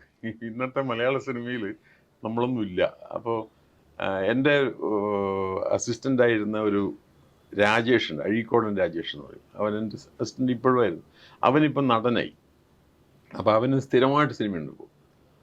അപ്പം ഞാൻ ഇന്നാൾ കാഞ്ഞങ്ങാടാണ് എൻ്റെ സ്ഥലം. ഇന്നാൾ കാഞ്ഞങ്ങാട് പോയപ്പം ഞാനും അവനും നടക്കുമ്പോൾ ആളുകൾ മുഴുവൻ അവൻ്റെ പിന്നാലെ. അപ്പോൾ അവന് ഭയങ്കര വിഷമമായി. ചന്ദ്രേട്ടനാ അത് പോകാൻ പറഞ്ഞത്, നിങ്ങൾ പോകാന്ന് പറഞ്ഞാൽ പിള്ളേർക്കൊക്കെ അവനെ വേണം, ഓട്ടോഗ്രാഫൊക്കെ. അപ്പം അവന് വലിയ പ്രയാസം, അവൻ എന്നെ പരിചയപ്പെടുത്താൻ ശ്രമിക്കുക, ആർക്കും താല്പര്യമില്ല. അപ്പം ആ സമയത്ത് അവൻ എന്നോട് പറഞ്ഞു തരുമായിരുന്നു ഇന്നത്തെ മലയാള സിനിമ. അവൻ പറഞ്ഞു ആരൊക്കെയാണ് കംപ്ലീറ്റ് മാറിപ്പോയിട്ടുണ്ട്. അതായത് പരസ്യത്തിനൊക്കെയുള്ള വില, ഒരു ചെറിയ ആർട്ടിസ്റ്റിനെ വരെ അവർ ഈ സോഷ്യൽ മീഡിയയിൽ ചെറിയ ആർട്ടിസ്റ്റ് അയാളുടെ പേര് വെച്ചിട്ട് പരസ്യം ചെയ്യും. തീർച്ചയായിട്ടും സോഷ്യൽ മീഡിയ വലിയൊരു പ്ലാറ്റ്ഫോമാണ്. അങ്ങനെയൊക്കെ ആയിട്ട് വേണം. അപ്പോൾ ഇനി ചെയ്യുകയാണെങ്കിൽ ഇതൊക്കെ ചെയ്യണമെന്ന് എന്നെ അവൻ പഠിപ്പിക്കുകയായിരുന്നു. അപ്പോൾ അങ്ങനെയൊക്കെ ഉണ്ട്. അതുകൊണ്ട് ഐ മസ്റ്റ് വാച്ച് നൗ ആരൊക്കെയാണ്. പിന്നെ അങ്ങനെ ഇമ്പ്രസ് ചെയ്യുന്നപ്പം ഓഫ്കോഴ്സ് നമ്മളിപ്പോൾ പറയാതെ തന്നെ അറിഞ്ഞ ഫഹദ് ഫാസിലിനെ പോലൊരു നടനൊക്കെ ഏത് ഭാഷയിലും എല്ലാവരും ശ്രദ്ധിക്കുന്ന ഒരു നടനാണ്. അപ്പോൾ ഭയങ്കരമായി ഇമ്പ്രസ് ചെയ്തിട്ടുള്ള ആക്ടറാണ് അയാൾ. അതിപ്പോൾ ഈ പറഞ്ഞ ഈ പോത്തൻ്റെ സിനിമകളിലൊക്കെ അവനുണ്ട്. അങ്ങനെയാണ് കണ്ടത്, അങ്ങനെയൊക്കെയാണ് ഇത് കാണുന്നത്. പക്ഷെ നമ്മുടെ സിനിമയുടെ ഒരു വലിയ തമാശ ഇപ്പോഴും നമ്മുടെ സിനിമ നിലനിൽക്കുന്നത് മോഹൻലാൽ മമ്മൂട്ടിന്ന് ഏതാണ്ട് 40 കൊല്ലത്തോളായി. ഇങ്ങനെ ഒരു ലോകത്തിലൊരു ഭാഷയിലും ഉണ്ടാവും, ഒരു ഭാഷയിലും ഉണ്ടായിട്ടില്ല. ഈ അടുത്ത കാലത്ത് വേറെ ഭാഷയിൽ ഉണ്ടാകുമോ എന്നും സംശയമുള്ള ഒരു അവസ്ഥയാണ്. പുതിയൊരു ഫിലിം മേക്കർ വരുമ്പോൾ അയാളുടെ ആഗ്രഹം ഒന്നുകിൽ ലാലേട്ടൻ അല്ലെങ്കിൽ മമ്മൂക്ക എന്നൊക്കെ പറയുന്നത്. ഞാൻ പൊതുവെ പറയാറുണ്ട്, എല്ലാ ആൾക്കാരും ആദ്യം കഥ ആലോചിക്കും. ഇപ്പം എന്നെ നായകനായിട്ട് ഒരാൾ സിനിമ എടുക്കാന്ന് വിചാരിച്ചു, പക്ഷേ അയാൾ ആദ്യം ആലോചിക്കുന്നത് മമ്മൂക്കയെ ലാലേട്ടർ വെച്ചിട്ടാണ് ഇവൻ്റെ ആദ്യത്തെ സങ്കല്പം. അവിടുന്ന് താഴേക്ക് വന്നിട്ടാണ് ഏതൊരു നടനിലേക്ക് എത്തുന്നത്. അതുപോലെ തന്നെ ഇന്നും അവരങ്ങനെ നിലനിൽക്കുന്നുണ്ട്. അതെ. അപ്പം അതുപോലെ നമ്മളങ്ങനെ ഞാനിപ്പോൾ കാണാതെ തന്നെ എനിക്ക് വലിയ താല്പര്യമായ ഒരു സിനിമയാണ് ആ മഞ്ഞുമ്മൽ ബോയ്സ്. കാരണം അതിൻ്റെ കാരണം എൻ്റെ സ്ഥിരമായിട്ട് അസിസ്റ്റൻ്റ് ആയിരുന്നു സതീഷ് പൊതുവാൾ. സതീഷ് പൊതുവാളിൻ്റെ 2 മക്കളാണ് സിനിമ. അപ്പോൾ ആ കുട്ടികളെയൊക്കെ ഞാൻ ജനിച്ചെന്ന് മുതൽ അറിയും. ഈ ഗണപതിയൊക്കെ ഞാൻ ജനിച്ച മോമെൻറ്റ് മുതൽ ഗണപതിയും അതേപോലെ ചിദംബരം നമ്മുടെ വീട്ടിലൊക്കെ വരും. നമ്മളങ്ങനെ അത്ര ക്ലോസ് ആയി പെരുമാറും. അപ്പോൾ അവരുടെ ഈ സിനിമയ്ക്ക് വലിയ അംഗീകാരമായിട്ട് അത് കേരളത്തിലെ ഏറ്റവും കൂടുതൽ കളക്ട് ചെയ്ത സിനിമയായിട്ട്. അപ്പോൾ അതൊക്കെ കേൾക്കുമ്പോൾ ഭയങ്കര സന്തോഷമുണ്ട്. I must see that film. പക്ഷെ അത് ഈ തിയേറ്ററിൽ പോകാനുള്ള വിഷമം കൊണ്ട് അത് എപ്പോഴെങ്കിലും നമ്മുടെ കാണണമെന്നുണ്ട്. I am very happy about. എൻ്റെ മകനത് കണ്ടു, അവൻ അഹമ്മദാബാദിലുള്ള. അപ്പം അവൻ അഹമ്മദാബാദ് തിയേറ്ററിൽ നിന്ന് കണ്ടിട്ട് അവൻ പറഞ്ഞു വെറുതെ ഓടിയൊരു സിനിമ മാത്രമല്ല, it's A well constructed well made film എന്നാണ്. അവന് ഈ കുട്ടികളെ അറിയാം. അവൻ ഇവരുടെ വസ്തുത്തിൽ അവൻ്റെ അനിയന്മാരായിട്ട് വരും, പ്രായം കൊണ്ട് താഴെ. അപ്പോൾ that's A very happy news. ഈ അടുത്ത കാലത്ത് ഉണ്ടായ ഒരു വലിയൊരു സന്തോഷമുള്ള വാർത്ത അതാണ്, ആ കുട്ടികളുടെ സിനിമ നന്നായി എന്നുള്ളതും. പിന്നെ അങ്ങനെ ഒരു ഈ മലയാളത്തിലൊക്കെ അത്തരം ഫിലിംസ് ചെയ്യുന്നത് തന്നെ എന്തെങ്കിലും ബാക്ക്ഗ്രൗണ്ടിൽ നിന്നൊക്കെയാണ് ആൾക്കാർ. ഇതിപ്പോൾ അങ്ങനെ ഒരു വിശേഷിച്ച ബാക്ക്ഗ്രൗണ്ടും ഇല്ല. ഇപ്പോൾ പൊതുവാൾ, സതീഷ് പൊതുവാൾ ഞങ്ങളുടെ എൻ്റെയും ജയരാജിൻ്റെയൊക്കെ അസിസ്റ്റൻ്റായിരുന്നു. അന്നല്ലാതെ ഈ വലിയൊരു സിനിമാ ഫാമിലിയോ ഒന്നുമല്ല. അപ്പോൾ അങ്ങനെയൊന്നും അല്ലാത്ത ചെറുപ്പക്കാർ സിനിമയുമായിട്ട് വരുന്നു. And most of the new artist തമിഴന്മാരെയൊക്കെ നമ്മൾ കയ്യിലെടുത്തു. ആ സിനിമ തമിഴന്മാർക്കാണ് കൂടുതൽ ഇഷ്ടപ്പെട്ടെന്ന് തോന്നുന്നു തമിഴ് സിനിമ. തമിഴിലൂടെ അത് കമലഹാസനൊക്കെ ഗുണയുടെ ഒരു കണക്ഷൻ വെച്ചിട്ട് അവർ മാത്രമല്ല അതൊന്നും അത്ര വലിയ സിനിമയല്ല ഈ ഗുണ എന്നൊക്കെ പറയുന്നത്. പക്ഷെ അത് ഞാൻ കണ്ടതാ. കാരണം ഗുണയിലെ ആ സോങ്ങും ആ ഗുണ കേവാണ് മെയിൻ ആയിട്ടുള്ള വേണു ക്യാമറ ചെയ്തതുകൊണ്ട് ഞാൻ ആ സിനിമ കണ്ടിരുന്നു. വളരെ മുമ്പ് തിയേറ്ററിൽ പോയി കണ്ടത്. എന്നെ തീരെ ഇമ്പ്രസ് ചെയ്യാത്തൊരു സിനിമയാണ്. പക്ഷേ ആ സിനിമയുടെ പേരിൽ ഈ സിനിമ വളരെയധികം നന്നായി ഇന്ന് കേൾക്കുന്നതിൽ വലിയ സന്തോഷമുണ്ട്. കാരണം അല്ല, അതിൽ അവർക്ക് കൃത്യമായിട്ട് അത് തമിഴിൽ മാർക്കറ്റ് ചെയ്യാനൂടെ സാധിച്ചു. ഗുണയിലെ ആ കേവും ആ പാട്ടും ഒക്കെ കൂടെ വെച്ച്. അതെ അതെ, അതാണ് ഈ പുതിയ കാലത്തിന്റെ മാർക്കറ്റിംഗിന്റെ ഒരു സക്സസും കൂടെയാണ് ഈ പറയുന്നത്. തീർച്ചയായും. അതാണ് ഈ അടുത്ത കാലത്തുള്ള ഒരു ഹാപ്പി ന്യൂസ്. നമ്മൾ നെഗറ്റീവ് വളരെ പോസിറ്റീവായ സംഗതിയാണ്. അല്ല, ഇപ്പം നേരത്തെ ഞാൻ പറയും, ഇപ്പം ഒരുപാട് സിനിമകൾ സാർ ഇപ്പോൾ തിയേറ്ററിൽ പോകാത്തതുകൊണ്ടാണ്. അപ്പം പൊതുവേ പറയാറുള്ളത് പലപ്പോഴും പ്രൊഡ്യൂസേഴ്സിൻ്റെ ഒക്കെ ഭാഗത്തുനിന്ന് ഈ മറ്റേ കോവിഡിന് ശേഷം അല്ലെങ്കിൽ ഈ OTT പ്ലാറ്റ്ഫോമുകളുടെ ഒക്കെ ഒരു ഇപ്പോൾ കേരളത്തിലുള്ള അല്ലെങ്കിൽ എല്ലാ വീടുകളിലും ഒരു OTT പ്ലാറ്റ്ഫോമുകളിൽ എല്ലാ വീടുകളും പരിചിതമായി കഴിഞ്ഞു. അപ്പം ഇത് വന്നതോടുകൂടി സിനിമകൾക്ക് തിയേറ്ററിൽ ആൾ കിട്ടുന്ന വലിയൊരു പരാതി ഉണ്ടായിരുന്നു. പക്ഷേ ഈ റീസെൻ്റ്ലി ഇപ്പം ഈ മഞ്ഞുമൽ ബോയ്സ്, മമ്മൂക്കയുടെ ഭ്രമയുഗം, പ്രേമലു എന്ന് പറഞ്ഞിട്ട് പുതിയ ഈ നസ്രൻ എന്നൊക്കെ പറഞ്ഞ് പുതിയ തലമുറയിലെ ആൾക്കാർ അവർ ഈ 3 സിനിമകളും ഒരേപോലെ ഹിറ്റായിട്ട് ഓടിക്കൊണ്ടത് ഒരു സമയമുണ്ടായിരുന്നു. അപ്പം നല്ല കണ്ടന്റുകൾ കൊടുത്താൽ തിയേറ്ററിലേക്ക് ആൾക്കാർ പോകും എന്നുള്ളതിൻ്റെ ഒരു ഇതുകൂടെയാണിത്. നല്ല കാര്യം. ഇപ്പോൾ വരുന്ന അതിനെ തുടർന്ന് വരുന്ന ആടുജീവിതം അല്ലെങ്കിൽ ഇപ്പം 1-2 സിനിമകൾ റിലീസായിട്ടുണ്ട് വർഷങ്ങൾക്ക് ശേഷം. അപ്പം ഇങ്ങനെ നമ്മൾ ഈ പറഞ്ഞ തുടർച്ചയായിട്ട് മലയാള സിനിമയിൽ ഒരു സാമ്പത്തിക വിജയങ്ങളോടെ പല സിനിമകൾ സംഭവിച്ചുകൊണ്ട് അതോടെ ഒരു കൊമേഴ്ഷ്യൽ സിനിമയ്ക്കും കുറെ കൂടെ ഒരു പോസിറ്റീവായിട്ടുള്ള ഒരു അവസ്ഥ കൂടാണ് കടന്നു പോയിക്കൊണ്ടിരിക്കുന്നത്. നല്ല കാര്യം തന്നെ. കമേഴ്ഷ്യൽ സിനിമ എന്ന് പറയരുത് ഇപ്പം. കമേഴ്ഷ്യൽ ഇല്ല, എന്നാലും നമ്മൾ ഈ തിയേറ്റർ ഫോക്കസ് സിനിമകൾ മുൻപേ തന്നെ ഈ ഡെഫിനിഷനെതിരായിരുന്നു. ഞാൻ ആദ്യകാലം മുതൽ തന്നെ ഈ ആർട്ട് സിനിമയിൽ വിശ്വസിച്ചിരുന്നില്ല. ഞാൻ സിനിമ എടുക്കാൻ തന്നെ, കാരണം സിനിമയ്ക്ക് കൊമേഴ്സ് വേണം എന്ന് ചോദിക്കുന്നു. അപ്പോൾ അതുകൊണ്ട് സിനിമ ഒന്നേ ഉള്ളൂ. സിനിമ നല്ലതും ചീത്തയും തമ്മിലുള്ള വ്യത്യാസങ്ങളേ ഉള്ളൂ. പിന്നെ ഞാൻ ഈ പറഞ്ഞ പോലെ ചെറിയ ചില നമുക്ക് സംശയങ്ങളൊക്കെ എന്ന് വെച്ചാൽ സിനിമ അത്രയും പെരിഫറലായ ഒരു മീഡിയമല്ല എന്നൊരു അഭിപ്രായമുണ്ട്. കുറച്ചുകൂടെ ചിന്തോദ്ദീപകമായിട്ടുള്ള ചില കാലഘട്ടത്തിൽ നടക്കൂല. കാരണം അറ്റൻഷൻ സ്പാൻ തന്നെ ഇല്ല. മനുഷ്യർക്ക് അറ്റൻഷൻ സ്പാൻ ഇല്ല. അത് ലോകം മുഴുവൻ നടക്കുന്നതാണ്. പിന്നെ അതർവൈസ് വളരെ അപൂർവമായിട്ട് ഒരു മേജർ സിനിമ തന്നെ ലോകത്തിൽ എവിടെയും സംഭവിക്കുന്നുള്ളൂ. നമ്മൾ ഈ ഓസ്കാർ അവാർഡ് എന്നൊക്കെ പറയുന്ന സിനിമകൾ പോലും അത്ര മേജറായ സിനിമകളൊന്നുമല്ല. പിന്നെ മാസ്റ്റേഴ്സ് എന്നൊക്കെ പറയുന്ന ഒരു വലിയ സംഘം ഒഴിഞ്ഞു കഴിഞ്ഞു. അതെ, അതങ്ങനത്തെ വലിയൊരു ശൂന്യതയുണ്ട്. അപ്പോൾ അവർ ഒഴിഞ്ഞു പോയി. കേരളത്തിൽ നിന്നോ ഇന്ത്യയിൽ നിന്നും അല്ല ഞാൻ പറയുന്നത്, എൻ്റെ ഇപ്പം നമ്മൾ ഘട്ടക്കോ റായോ പോയി എന്ന് പറഞ്ഞതുപോലെ തന്നെ ആൻ്റോണിയോണിയും ബർഗ്മാനും അങ്ങനെയുള്ള എല്ലാ ആ ലെവലിലുള്ള ഒരു ഫിലിം മേക്കറെയൊക്കെ കണ്ടെത്താൻ പ്രയാസമാണ്. But cinema ത്രൈവ്സ് continuous. ഇപ്പോൾ ഈ നേരത്തെ ഈ ഡിജിറ്റലൈസേഷൻ്റെ കാര്യം പറഞ്ഞല്ലോ. ഇപ്പോൾ ഈ ഡിജിറ്റലൈസേഷൻ വന്നതോടുകൂടി കുറേ കൂടെ ഈസിയായ സംഗതികൾ. അപ്പം ആർക്കും സിനിമ എടുക്കും. ഒരു മൊബൈൽ ഫോണുള്ള ഒരാൾക്കും ഈ പറഞ്ഞൊരു ക്രിയേറ്റീവായിട്ടുള്ള ഒരാൾക്ക് സിനിമ എടുക്കും. ഇതിൻ്റെ ഗുണവും ദോഷവും ഉണ്ട്. പണ്ട് ഒരുപക്ഷെ ഒരു അസിസ്റ്റന്റ് ഡയറക്ടറായിട്ടൊക്കെ വരണമെങ്കിൽ തന്നെ പ്രയാസമായിരുന്നു. സിനിമയിലേക്ക് എത്തണമെങ്കിൽ പ്രയാസമായിരുന്നു. ഇപ്പോൾ ഈ പറഞ്ഞ ഒരു സ്വന്തമായൊരു ഫോൺ ഉണ്ടെങ്കിൽ അല്ലെങ്കിൽ സാങ്കേതിക വിദ്യ വളർന്നോട് കൂടിയിട്ട് വളരെ ഈസി ആയിട്ട് ആർക്കും നടനുമാകാം, സംവിധായകനാകാം, ക്യാമറമാനാകാവുന്ന അവസ്ഥയുണ്ട്. അപ്പോൾ അതിൻ്റെ ഒരു പ്ലസ്സും ഉണ്ട്. ഈ മൈനസ് എന്ന് പറയുന്നത് സാർ ഈ പറഞ്ഞ പോലത്തെ കുറച്ച് കാര്യങ്ങളുണ്ട്. കാരണം ആർക്കും ഫിലിം മേക്കർ ആകാൻ വരുമ്പോഴത്തേക്ക് ഈ പറഞ്ഞ പോലെ 70 സിനിമകൾ കാണുമ്പോൾ 69 സിനിമയും ആർക്കും എന്തും എടുക്കാമെന്ന് പറഞ്ഞ ലെവലിലേക്ക് പോകുന്നുണ്ട്. അപ്പം അങ്ങനത്തെ ഒരു അപകടം കൂടെ ഇതിൻ്റെ കൂട്ടത്തിൽ. അപ്പം അതിൽ നിന്ന് നല്ലതുകൾ സംഭവിക്കട്ടെ, നല്ല കാര്യങ്ങൾ ഡെവലപ്മെന്റ് മീഡിയത്തിന്റെ ഡെവലപ്മെന്റിൽ സംഭവിക്കുന്നതായിരിക്കും. അതെ. അപ്പോൾ അത് കുറച്ചുകൂടെ കാലക്രമേണ സ്ഫുടം ചെയ്ത് അതിൽ നിന്നും കുറച്ചുകൂടെ ബെറ്റർ ആയിട്ടുള്ള സംഗതികൾ തന്നെ വരുമെന്ന് നമുക്ക് വിചാരിക്കാം. തീർച്ചയായും. സാർ, എന്തായാലും വളരെ രസകരമായ ഒരു സംഭാഷണമായിരുന്നു ഇത്രയും സമയം. Thank you so much. സിനിമയെപ്പറ്റി അല്ലെങ്കിൽ വിശേഷങ്ങൾ ചോദിക്കാൻ വരുന്നതോടുകൂടി തന്നെ അങ്ങേപ്പോലൊരു ഫിലിം മേക്കറുടെ സമൂഹത്തോടുള്ള കാഴ്ചപ്പാട്, സിനിമയോടുള്ള കാഴ്ചപ്പാട്, അല്ലെങ്കിൽ നമ്മുടെ ലോകത്തിന് നേരെ വെച്ചിട്ടുള്ള ചിന്തകൾ, ഇതൊക്കെ കൂടെ നമ്മുടെ ഓൺ ദ ഡോട്ടിൻ്റെ പ്രേക്ഷകർക്ക് മുമ്പിൽ ഷെയർ ചെയ്യാൻ സാധിച്ചിട്ടുള്ള സന്തോഷം ഒരിക്കൽ കൂടി പങ്കുവെച്ചുകൊണ്ട് ട്രൂ ടോക്കിൻ്റെ ഈ സംഭാഷണം അവസാനിക്കുന്നു. Thank you so much. Thank you. ഒരു കാര്യം എനിക്ക് പറയാനുള്ളൂ. ജൂൺ 5-ാം തീയതി നമ്മുടെ നാട് നേരെ രക്ഷപ്പെടട്ടെ എന്നൊരു ആഗ്രഹം പ്രകടിപ്പിച്ചുകൊണ്ട് ഞാൻ. Thank you so much. Thank you. നന്ദി.